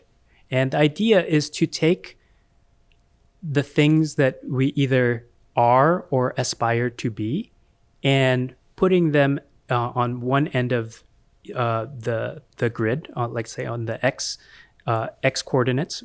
On one side of the grid, we have warm and inviting, and then the other one is cold and industrial, right? We take the opposite, right? So we understand this is the range. Then on the Y, we might put another brand attribute there, which is, are we opaque or are we transparent in terms of our voice, right? So we kind of look at these things, and now we have a way for us to look, well, I think we are somewhat opaque and a little bit warm, so we're kind of somewhere in the middle. And then we take all of our competitors and we'll plot them on that grid. Like, where are they? Well, this brand is very cold and industrial, like that's their vibe and it's kind of cool. So they're over here. And then there's this other brand who's like very DIY and they're very transparent, and they kind of, all of their content is about showing their process. So they're over here. So we plot all of these folks on this grid, and then we see, wow, it's very crowded where we're at. A lot of folks are doing the things that we're doing. We need to find the white space on this grid where other people aren't playing. And, we'll push ourselves up and to the right. Usually that's the quadrant that most of these things turn out to be. It's like up and to the right. We want to be aspirational, like a lot more warm tech. And that was a little phrase that we came up with that was meaningful to us, or that we said in our session that made sense for us, because we felt like a lot of tech is very cold. And we want to be more transparent because we haven't done a great job of that. The company has been a little bit opaque, but we as a group felt very collective, and we fall in love with these brands that feel a lot more human. If I could see the faces behind the person that's making it, then I feel a lot more connected to the brand and their products. So these are more things. It's like, okay, our competitors are not doing these things. Let's move in this space. And then we do this over and over for different types of attributes until we kind of define where it is we want to be relative to our competitors. And finding your thing, whether that's personal or your brand, I think comes from two things. One, it's relative to what everybody else is doing. And then the other part is the things that you actually care about, right? Because you could just do the white space stuff, things that people aren't doing. But if you have no passion for it, you're going to fizzle out really fast, right? So some of the things internally as a brand, like, we care about the planet. We care about making products that are going to last 50 years, 60 years. We love, old things. Like we some of us are, vinyl collectors, and we have like old cameras and stuff that has lasted through the test of time. And we've seen a lot of our competitors kind of race to the bottom or make these mass-produced things, and there's a new flavor of the week every week type of product. And we're like, that's not what we want to do. We actually want to take our time and take it a little bit slower. Let's spend more time in developing these things that are interesting and unique to us, and things that we know are going to last for a really long time. So let's shift the brand there, because other people aren't really doing that, or their focus is not there. So I think it just, look at what other people are doing and see if you can push away from that, and then think about very internally, like, why do you even want to do any of these things? And if you have a good answer for why, then that will help become your compass, your North Star of where you should be heading. Why is it worth the risk for a brand to rebrand? So I remember when we had Chris on the show, we had like this hypothetical, we were like talking about a rebrand, and he's like, well, is it worth potentially losing 10% of revenue because people won't remember you, or people don't know, this is you after you change. So what do those conversations look like for a brand that's already doing well? And how do you guys decide on, yes, like this is what we need to do, this will be the best for the company to push us forward, is we do need to change something? Yeah. Well, if you don't change anything, nothing's going to change. Nothing changes. Bars. Right. Or if you don't change anything, you're just going to eventually fade out into obscurity because the world's going to change around you. So the theme of this podcast so far is like, things change all the time. A lot of it is out of your control, right? So where Mode started 5 years ago versus where they are 5 years later, they're a different person. They will understand what kind of products are meaningful to them and things they enjoy. They have understood now what are some of the products that their customers really like. And then the whole world has changed, going through the pandemic, post-pandemic, where everyone was working at home and now they're not. Like, how has that whole environment shifted, and what's important to folks through this change? And so if the company stayed exactly the same as it was 5 years ago, it's obsolete. So now it's like, it's more or less a refresh. It's like, so we didn't change the logo. We refined it a little bit because it's like, I like the logo. And for some of the reasons that Chris had cited, it's like, I don't want people to see a brand new logo and then feel like, oh, I don't know what that is. It's like, no, it's the same logo, but everything around it has changed. So the people, the container, like the colors, like everything has changed, how we speak, what we put out there in terms of content, what we design in terms of product, all of that has changed. We've kept mostly everything that was good, but we've kind of gotten rid of 80% of our catalog. And getting rid of all of that has just given us so much more room and opportunity to fill that gap with things that we actually want to see now that we know better, now that we've had all these experiences behind us. It's kind of like what you're saying. You get rid of everything to highlight the most important thing. Mm-hmm. That's so interesting. Can you walk us through the double diamond framework as it? I'm gonna say that one more time. Fuck that up. Land the plane. I'm gonna land it. Here we go. Can you walk us through the double diamond framework when it comes to branding? Yeah. So the double diamond framework is something that's been codified. It's not something that I invented, but in the design community, a lot of different design practices are familiar with the double diamond practice. So the first part is you start with looking at either a particular challenge or goal that you want to do. And the first thing is discovery. So understanding everything as it relates to the goal that you're doing, right? So it's an expansive moment where you're exploring. Let me learn about the business. Let me learn about the customers. Let me learn about the landscape and the competitors. Let me learn about where we were and where we want to be. So it's all discovery. It's like you're gathering a lot of information. And then the next phase is define. So of all of those things, what are the insights that are worth pulling from here? Let me understand what it is that is worth taking, because there's a lot of data and information. Here are some of the highlights. Here are some of the insights that are going to be meaningful for us moving forward. So now it's this moment where everything is converging, right? Where it's like, now you understand what specific problem you want to solve. What aspects of the brand need to change? What assets or parts of the business need to change, or things you need to create from scratch because they don't exist yet. So now you're focused. You learned all this stuff, you're focused, you understand what it is that you're going to be working on. Then the next part is developing, right? So it's like, okay, we know what the goal is and our parameters. What are some solutions we can explore that solve this thing? So it's a little bit more plain. It's expansive again. We're growing. We're exploring this idea, exploring this idea, exploring this, until we get to a point where we pause and we're like, ooh, this is the best way forward. We've explored and this feels like it ticks the most boxes and is best at serving our goals that we had set out in the beginning. Now it's converging again. And the last phase is deliver. So now you're taking all the things and you're just taking it home, right? You're finalizing everything until it gets out there. And then actually this process will keep continuing where you would just iterate. Right. So a brand is kind of like a living, breathing thing where even though you're done, it's like, okay, here's the new logo, here's the new website.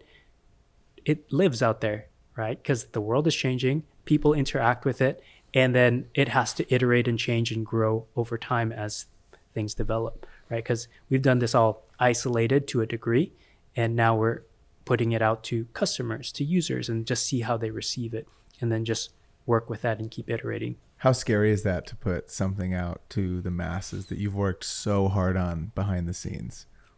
Yeah. I've developed thick skin and I'm still developing thick skin, right? Because as I said earlier in the podcast, I'm a bit of a people pleaser. I value external validation. So when I see praise, it makes me feel good. Me too. When I see criticism, it usually will, it's a challenge when I see criticism, and the people pleaser in me will try to understand them and address them and try and figure it out. But at a certain point, some of these folks are just saying mean things, right? Or they're critical and they're just not our ideal customer or my ideal audience. I don't necessarily want them here anyway, right? It's like, just don't know what the fuck they're talking about. Yeah, many of those things. So dude, I've been doing this 30 years. Exactly. What the fuck are you doing? You didn't think I thought about this? Yeah, exactly. And funny. and that's fine. Like, I mean, everybody's welcome to an opinion. And I've just developed a little bit more of a stoic kind of approach and look at it, where it's like, okay, I just acknowledge they are right for making their comment. They can feel a way, and I acknowledge that. I was like, what do I want to do with that? Right. And there's a lot of approaches, right? I could understand them and try to win them over. But most of the time it's like, it is what it is, right? And it's interesting too, like when it comes to products specifically, like we have a Discord, which a lot of our community's on there, and every so often there's a critique on there, or something is broken, something's not working, or it's like they had a bad customer experience. And I'm like, ooh, that doesn't feel good. And then I realized, well, this is one person out of thousands, maybe more. I was like, the percentage is really low. Yeah. And I'm just so hyper-focused because the person who is, not having a great time is the loudest there, of course. Yeah, trolls are always the loudest. Right. And most of the time, they just want to be heard, and that's fine. And once they're heard, usually they're like, thank you. But, getting into it, just like it's sometimes hard to see that stuff. And I'm just learning to be better in approaching it. Like I've done that on the content side. I feel really good. It's like if somebody posts a critique or not a great comment, it's like it's just usually slicks right off of me. Now I'm trying to do that with the products. It's a little different. You're better than me, man. I go to fucking bat. I'm like, you want to play today? Yeah. Brain sends me screenshots all I'm day. like, you oh, see dude. what this motherfucker said? Like, all right, dude. I'm like, I got time today, dog. Let me dive in on this comment. I ain't got to shoot today. Yeah, he's like, I remember. I'm home editing all day. I'm chilling right now, brother. I'm ready to lock in. It's crazy that I just took my lunch break. We're doing a 2-hour lunch break instead of 1 hour. We go through all these. How I remember when I was at the Lakers, like with the jersey design specifically, I didn't work on this at all. I had no part in it whatsoever, except from the video standpoint. But no one's really ever shitting on the videos. They're shitting on the design, right? Like they're not, dude, you should have shot this in 24. Like no one's ever doing that, right? Not only are the jerseys ugly, this video sucks. This video sucks. Out of focus shots. I remember reading the comments, and the only ones that are mean are at the top. Like they're always the ones with the most likes. All the ones that are like, this is sick, I buy it, they're at the very bottom. And I remember seeing portions of the designer's work who worked on it, and I feel like if it was me, it's got to sting a little bit. Because you're like, dude, fuck these people. They have no idea how hard, we work on this design. We're not trying to make something bad. And for a majority of the people, by the masses, it's really good and accepted.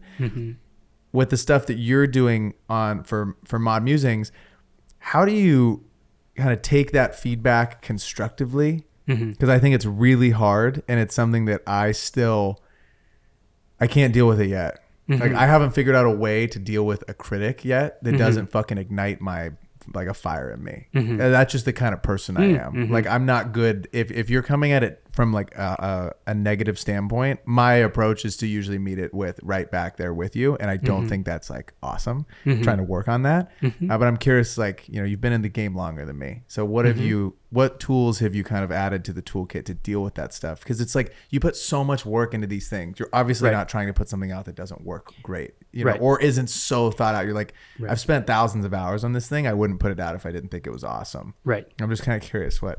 Yeah, I would say the best artists and creatives in the world all have critics, right? So that comes with the territory, right? So if you accept that part, then it's like, okay, there's going to be a few loud voices that don't praise your work. When it comes to these critiques, one thing that I kind of look at is like, well, sometimes these people just want to be heard. That's most of the time, right? And if you acknowledge them, I've seen a lot of folks where they come in with a negative comment, but like, yeah, that's totally fair. Like, I get it. It's, it's not for everyone. And the reason why we did these things is X, Y, and Z. But I could see your point. And then you could see sometimes they'll follow up, and it's so much softer. It's like, okay, cool. Because I'm not trying to defend them, and I'm not trying to say that they're wrong. I think a lot of people on the internet, they feel like you're wrong and I'm right. And if you just take that part out of it, it's like, well, no one's wrong or right. Everyone's right. everyone has a bias. Like I'm biased, so how can I put that aside and just like, okay, what's your viewpoint?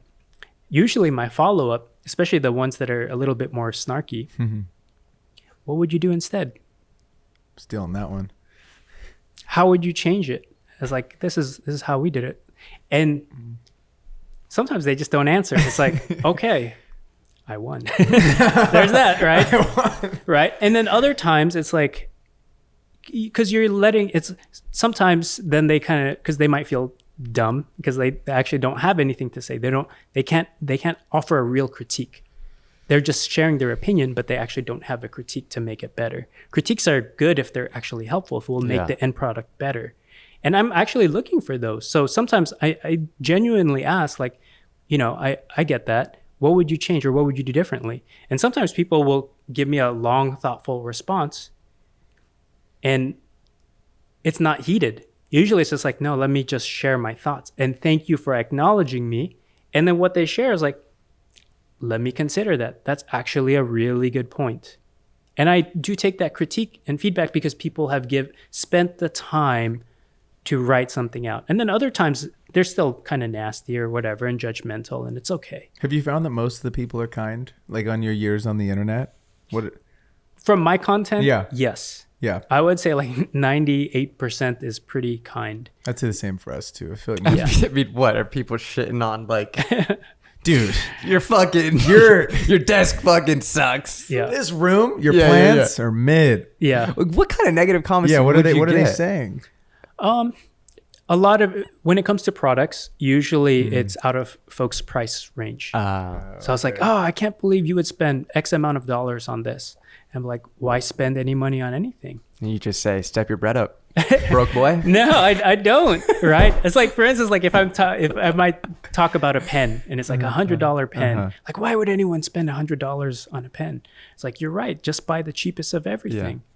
Period. Yeah, buy the $1 pen. Yeah, do that for the rest of your life. Or I might ask, it's like, so you don't spend any expense, you don't spend money on anything then. You must live a really frugal life, and that's fantastic. Good for you. Yeah.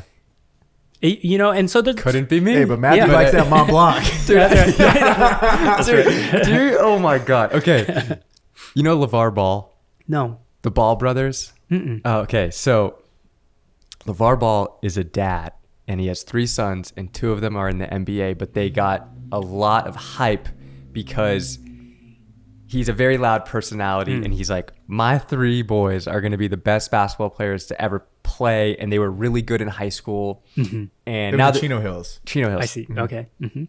And they made shoes. And he started a brand called Big Baller Brand. And he made apparel and shoes, and the shoes cost like $500. Yeah. And people were shitting on him, be like, who the fuck is going to buy a $500 pair of shoes off of like a kid who's in college? And he goes, man, you just ain't a big baller. Just like, Not a big baller. Yeah, not a big baller. step your bread up. Right. And those shoes sold, man. Yeah. They were buying those shoes. I'm also laughing because I remember when Chris came on the pod and he was like, I want all the smoke. Do you remember that? Yeah. Because you asked him about like, how do you deal with the haters? Like, dude, I'll go after them. I Yeah. want He's all like, the DM smoke. me, brother. Send me an email. Yeah. Yeah, he likes this. He likes confrontation. He likes to fight. I'm a small confrontation guy, but if it comes and my dogs, Yeah. I'm there. You Yeah, know? for sure. Yeah, I'm non-confrontational until I'm not.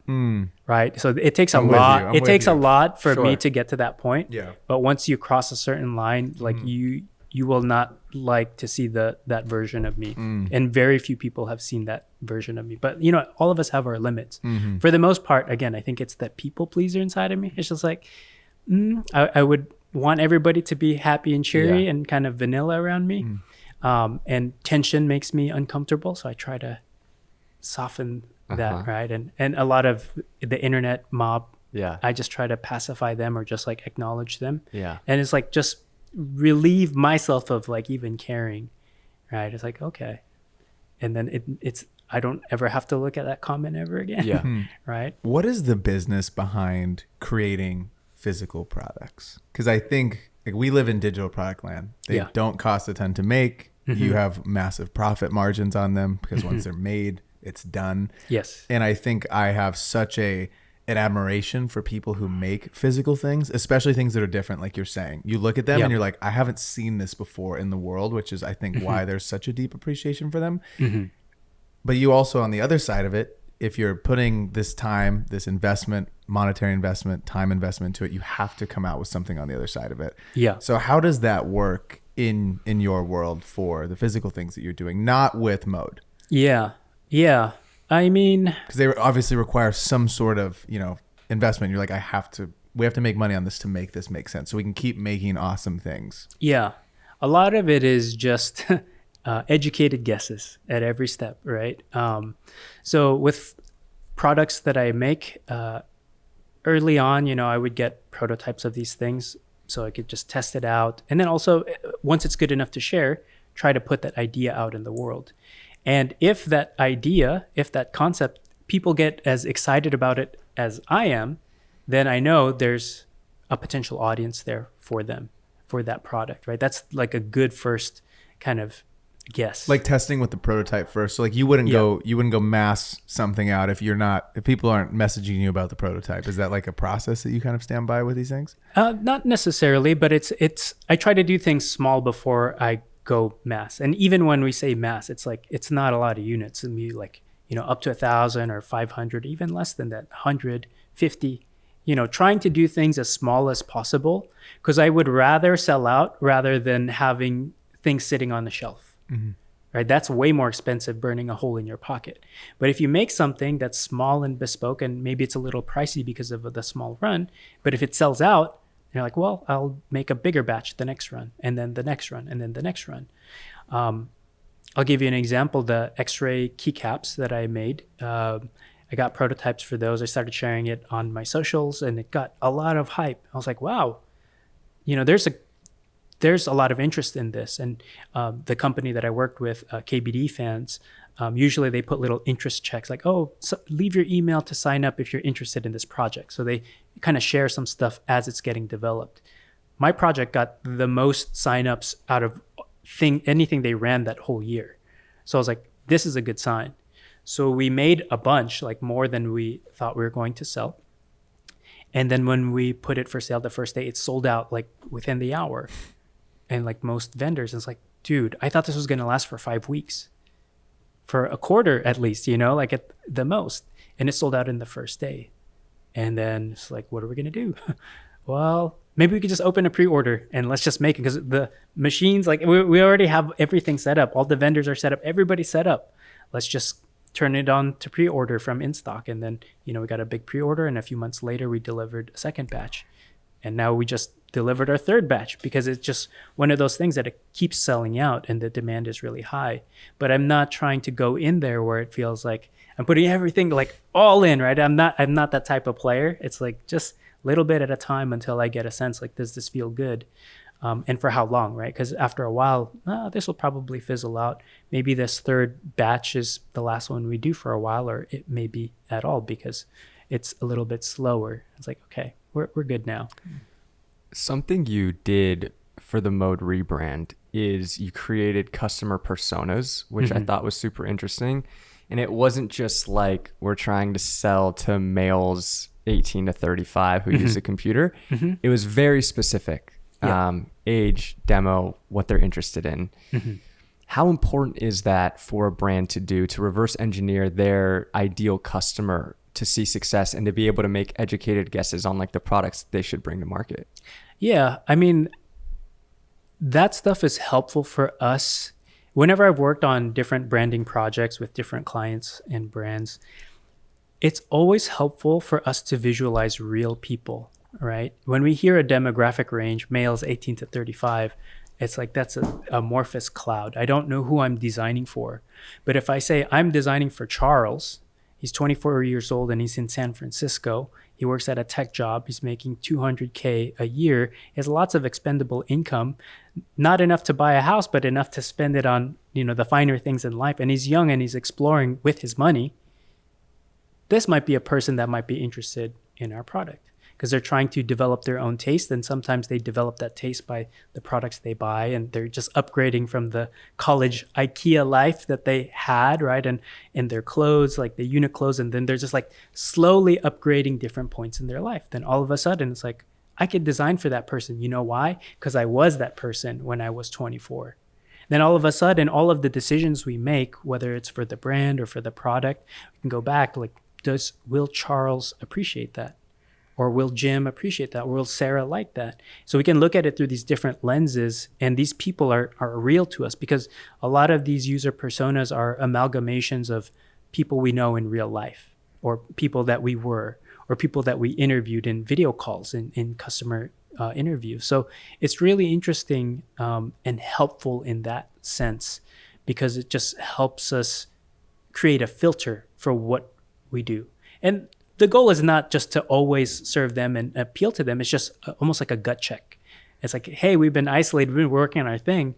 Let's pause for a moment. Will these people appreciate and like this thing? And is that something you take into account when it comes to your own personal content as well? Because I feel like creators who make content on Instagram, YouTube, TikTok, they can probably take that into account as well. Like, we just had a buddy of ours named Sam Newton, and we asked him advice to someone wanting to like talk to the camera. And he said that instead of thinking about talking to thousands of people or millions of people, it's like, sit down. If you're going to talk to the camera, act as if you're talking to one person. And I feel like if you can even go as far as, this is what this person's name is, like you said, age, their job, where they live, it makes it like so much more tangible, as like, this is the message I'm trying to get across to this specific person, and this is who I want to target specifically with my content. Yeah, I think it could be helpful in that sense. But, you know, to be honest, I haven't gone through all of that for my own personal brand. Gotcha. I'm very selfish in the sense that it's like, I want to make the things that I want to make. Hell yeah. And I'm happy to just talk about it in a way that is digestible and entertaining for other folks, right? And all of this is just all things that I've learned working in advertising, working at the Futur, making content, and then finally getting to a point where I feel mature enough to understand my own tastes, things that I like, why I'm doing these things, and understand that there are other folks just like me who will appreciate this stuff. And I'm kind of creating for people like me. That's really cool that you're creating like for yourself and in a way, right? And I think that Rick Rubin said that in his book, and he was like, I think that as a creative, you should create for yourself, and if people like it, that's awesome. Like, he said he thinks about the audience last. Yes, that's what it was. So interesting. And I feel like most people, or like, I feel like you're taught almost as a creator in the early days that you're making for other people. I feel like I've heard that before. And when he said that, I was like, kind of flipped it on its head. Everything that I had thought and been told is like, oh, you're making for the audience. And it's like, no, you're making for yourself. And by doing that, the work inherently becomes better. And instead of letting 1,000 other voices kind of impede on what you're thinking about or your process, or like how you've done something or how you should do something because of what someone else is going to think, you're making it because like, this is the way I think it should be done, or this is the way I'm proud of. And then you put it out, and how the market takes it, the market takes it. Yeah. I think both are valuable. Both perspectives are very valuable, because I think if you create or design for an audience and you understand what will trigger them in positive ways and negative ways, you just learn, right? Like human nature, you learn what other humans like and dislike. So that's good information to have. And whether you're consciously using that information or subconsciously using that, it's important. And you're like, ooh, there's a little melody, if we're going to the music, right? A little melody. Ooh, that sounds pleasant to me. And it's like, I'm going to use that because I know maybe other folks will like that too, because I like it. So when I'm making my own content, I'm kind of thinking about stuff I've explored in the past, right? Again, like tried and true stuff in film or other content that I've seen and really like, or books and lines from those books that I really like. And it's like, ooh, other people I know like this as well. So I'm going to infuse these little bits here and there into my work. And it just comes to a point where it's like, I don't care about the numbers. I don't care about all that stuff. Like, I want to be proud of what I make. And it's interesting because I don't know how other creators are, but I like watching my own work. Like, I'll rewatch old videos and I'll sit through the whole thing. I was like, wow, that was a good video. Like this, Like- you're your own favorite YouTuber. Yeah. You're watching yourself on your His recommended, break. Matthew's recommended, Yeah, just like Death Setup 2024. Yeah. Well, sometimes I'll go and watch things of my old stuff for inspiration. It's like, I made this video like 5 years ago, and then I'll watch it. It's like, oh yeah, that was a great way that I said that. Like, I forgot that I did that, you know?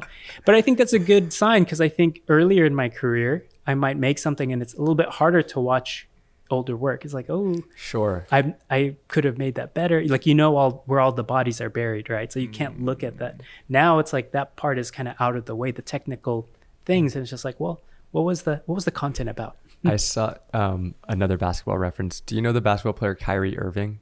I know of him, yeah. Okay, so he just started streaming, Mm-hmm. and he was watching his own highlights.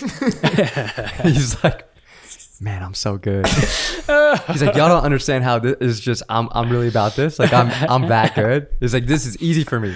But he's like watching himself in disbelief. He's like, "Man, like that was great." I think it's hilarious. I watch our old podcast. I'm like, "Man, we are just so funny, so great."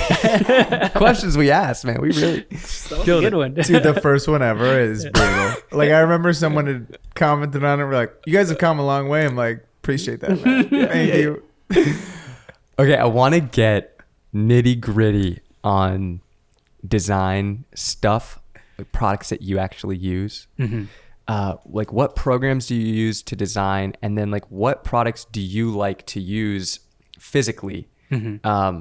Pens and paper, because I'm like a pen snob, but I don't feel like I know. Like, I don't got the money to spend on a Mont Blanc. Like, what are some of these like tools that I can use in my new home office to design stuff and write, specifically pen and paper? You ever used a Muji pen? I have. Okay. Yeah, I don't have an opinion. you I don't like. really- I'm not a huge pen guy. Like, okay. I'm not gonna pretend like I know everything about pens. Okay. But I am designing a pen. Oh, hell I'm yeah. designing a pen. So I'm working with a company in Pasadena. They're called Inventory.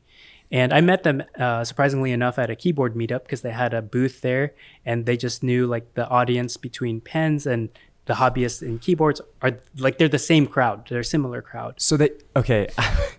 It's keyboard meetups. Keyboard meetups. I didn't yeah. realize you had booths. I thought Yeah. it was just people showing Yeah, up. like a parking lot, like Well, Walmart there's parking lot. there's like vendors and sponsors. I Okay. see. So just like any other meetup, like there's folks who bring their stuff to like just Gotcha. show. Where's this at? Where are these happening? Hobby Lobby type thing? Like, I thought what's- you were Yeah. just like pulling up to a fucking parking lot, just like a yo, car meet, check out, and then you check out guys the got like a keyboard. bag. Yeah. And, like Yeah, some yeah. have like a Louis Vuitton bag. You're like, whoa, what's going on in that one? I mean, there's small like little group meetups like that, but Uh-huh. then the one that I met them at was called Keep Life in at Pasadena Convention Center. this is insane. Yeah, so it's like big enough to be in the convention center. Sick. Wow. Wow. Okay. Yeah.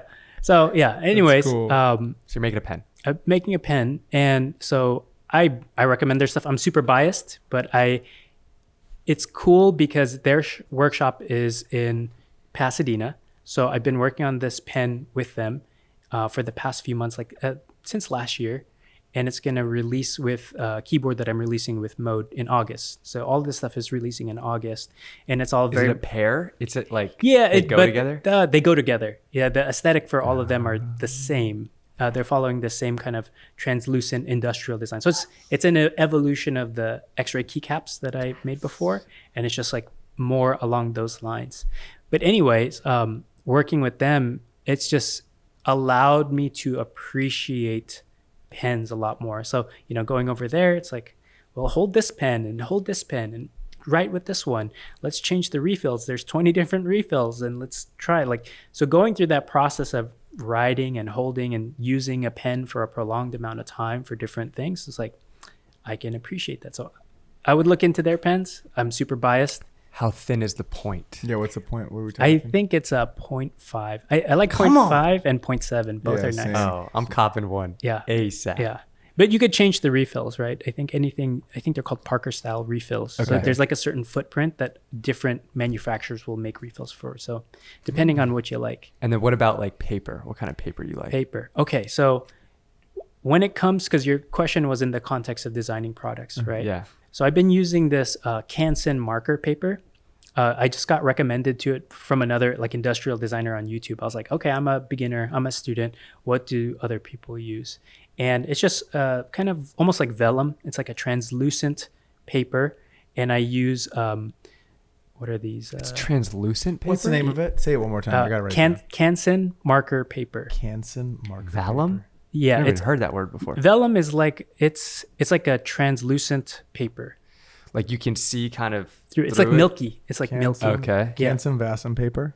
Canson marker paper. Canson marker paper. Yeah, the cover will be like a purple color. And, Yeah, I see. yeah. Okay. So that's what I used We're to gonna draw. DoorDash this here in a sec. Yeah. So Got that. that's the paper that I used to draw on, and then the markers I use are I forget the name right now, but it's a marker. I mostly draw with markers, and the reason why is because I'm a light sketcher, right? So when I use pencils, I'll draw really like hairline because I'm afraid of commitment for many things in my life. But when it comes to drawing, very much so. Like I'm not like a bold like. Sure. So, with a pencil you can erase. With a marker, you're forced. It's a bold line coming right out of the marker, and you can't erase that. So I just learned to embrace that. It's like, okay, every stroke I just need to get better at drawing lines, drawing circles, and then if it's there, like how am I going to work within that? So it's just I'm giving myself these constraints so I could get a little bit more confident and better with drawing and how I express the ideas. And I really enjoy working with that. There's something really fun about having this translucent marker paper where it's like, okay, this is permanent. If I want to do another iteration, you could, put it on top and you can kind of draw over your lines and just keep iterating that way. But I really love processing thoughts on paper. Yeah. Same. What is that about? Like you write it down, it just feels so much better than Yeah. typing it on a screen. I tried the or a iPad computer. thing, writing on the iPad, not the same. And I flipped Yeah, back. with the iPad Well, it's pencil. not the same. It's not sick. I completely went back to just regular pen and paper. I'm sure there's some science behind it. I don't know it in particular, but for me, I just connect with my ideas way more, and it sticks with me. Totally. Right? Yeah. A lot of times I take notes because I know it's just for retention. I might never review those notes again just because it's like, oh, it's already stuck here, and I could recall conversations and pull up the bullet points right here because I wrote it down, So I like that. I like analog tools a lot. Yeah. Yes. It's way better. Are they going to be coming out again with the reusable paper? So you're talking about Swipies. I think so. Yeah. Yeah. So on a couple of my videos, I use this like reusable paper. Looks so cool. Yeah, it's from this small brand called Swipies. I think for the longest time, they had a URL. They changed it. They didn't let me know. And then I just updated it on a lot of my links. Gotcha. But I mean, I haven't talked to them in a long time. Like I was talking to the founder for a little bit, but they kind of went silent. So I just assumed they had gone under because the URL wasn't working. Oh, and then somebody corrected it. They're like, hey, I found the link here and it's a different URL. It's like, oh, cool. And I get nothing from it. I just like, people ask about it all the time. So I was just like, go buy this thing. It's a small independent business. So because your top down stuff on YouTube is so cool. Yeah. What do you use for the top down? It's just a C stand and then a R6 Mark II, something that's really light. So And you use a C stand though? Okay. I use a C stand. Yeah. And I just have that over. You use a like table. a baby boom kind of situation? No, just a C stand. Just a C stand. C stand with an arm, and then there's just a counter. Oh, you use weight a to magic arm or something? I forget what it's called. Is that the one with the knuckle at the end of it? I don't know. No, it's just like a standard. Oh, C-stand literally arm. just like we got right here. Just a C stand. Yeah, Okay. just like that. And then I just have an adapter, like a 1/4-inch adapter to put the like a head, like a tripod kind of head. Yeah. Well, there's no tripod head. It just goes right into the camera. Oh. Yeah. Yeah. So it's just Like 1/4-20 at the bottom. Yeah. Oh, I see. I've had one of those. Yeah, so it's straight. It can't adjust it. It's like once it's locked in there, then you just adjust it on the knuckle, like where I see what you're tilt. saying. Yeah. Wow, interesting. So I try to keep it simple. It's just a nice overhead. But the reason why I do that is it was something that I adopted maybe a year and a half or 2 years ago on one of my videos because I was like, man, I'm kind of getting bored of my own B-roll, right? It's like, how many times can I show myself working at a desk? Yeah. And I don't really want to do animation, even though that was my career for a long time. It's like, it's a lot of labor to make something interesting animated. I'm like, what can I do to help articulate my ideas that's visually stimulating and different from the B-roll that I normally shoot? Whiteboard. Bang. Yeah. We're And- big whiteboard guys in this house. Yeah, it's fun. I mean, I got that from Chris. I like watching whenever he does his whiteboard sessions. I feel like, I can connect with the idea better because you're kind of watching this human in front of you process their ideas, and you're like following along, right? It's like a map. And it's like, oh, then you went from here, and then you went to here, and then you went to here.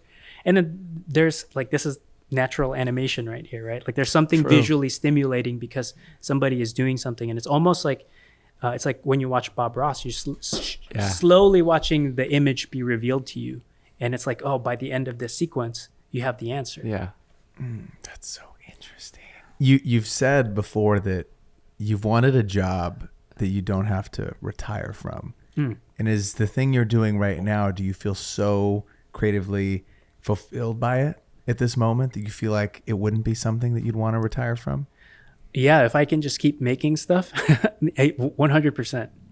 And luckily for the past 3 years since I've been running my solo practice, it's taken all kinds of directions that I did not expect, right? When I first quit at the Futur and I went on my own, 2 different people hit me up. The first one was Grovemade. They're like, hey, do you want to design a product with us? And that took me down a path of industrial design, which I was not planning. And the other thing too is a company called Webflow. They hit me up. They're like, hey, do you want to be a documentary director for the series we're doing? I'm like, I'm not a director for documentaries, but okay.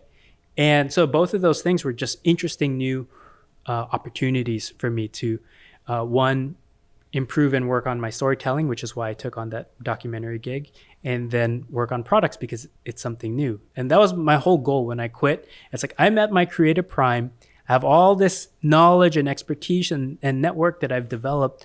What am I going to do with it? If I stay here, I'm always going to be serving this job, this company. What if I go on my own? What will happen? And those were 2 examples of like, wow, this allowed me to explore things that I did not know I even wanted to do. All right, we got one more for you. Yeah. If you could go back and talk to your 18-year-old self, you wouldn't change the journey. But if you could just like have a conversation with your younger self and bestow some piece of advice to your younger self, what would you say? I would only ask questions, not give advice. And the questions would mostly be, why are you doing this thing? And then ask why again. I think that was something that was very powerful for me as I've developed these last few years, the past decade really, is just understanding, why are you doing the things that you're doing, right? I shared the story earlier about the interns. I was like, oh, why are you doing that thing? It forced me to articulate, but even just reflecting on your own life, your career, any things that you're doing, like, why are you doing that? And part of this I got from my wife. I was working on a video maybe in 2018. And then, I'll pitch her ideas sometimes like, oh, what if I do this? Or what if I do that? And she's like, but why? And at first it's like, oh, like, why are you being so negative? Like, I just want to make something. And then I think the reason why I felt that way is because I didn't have a good answer. It's like, wait a minute, why am I doing this thing? I got caught up in something. Maybe something I watched, something else influenced me, or, something I think is going to be a banger or whatever it is. It's just like, it pulled me in a way, but I didn't have a good answer to why I'm doing it. Now I ask myself why all the time. So when I'm doing something, it's like, why are you doing this? What are you hoping to get out of it? And so that's what I would ask my 18-year-old self if I had a conversation, like, why are you doing what you're doing? And just see where that goes, because I think that might hopefully unlock something in that person's brain. And I try to do that with a lot of conversations as well. Just like, why are you doing that? And I think if everyone can just develop that, that's just the perfect question for reflection. And I don't think a lot of people stop to ask why enough. They're just on autopilot. Rock's got to ask why. That's what I would do. Ladies and gentlemen, this has been episode 165 with Matthew Encina. If you're still here, please hit the subscribe button, leave us a comment. We'll see you guys all next week. Peace.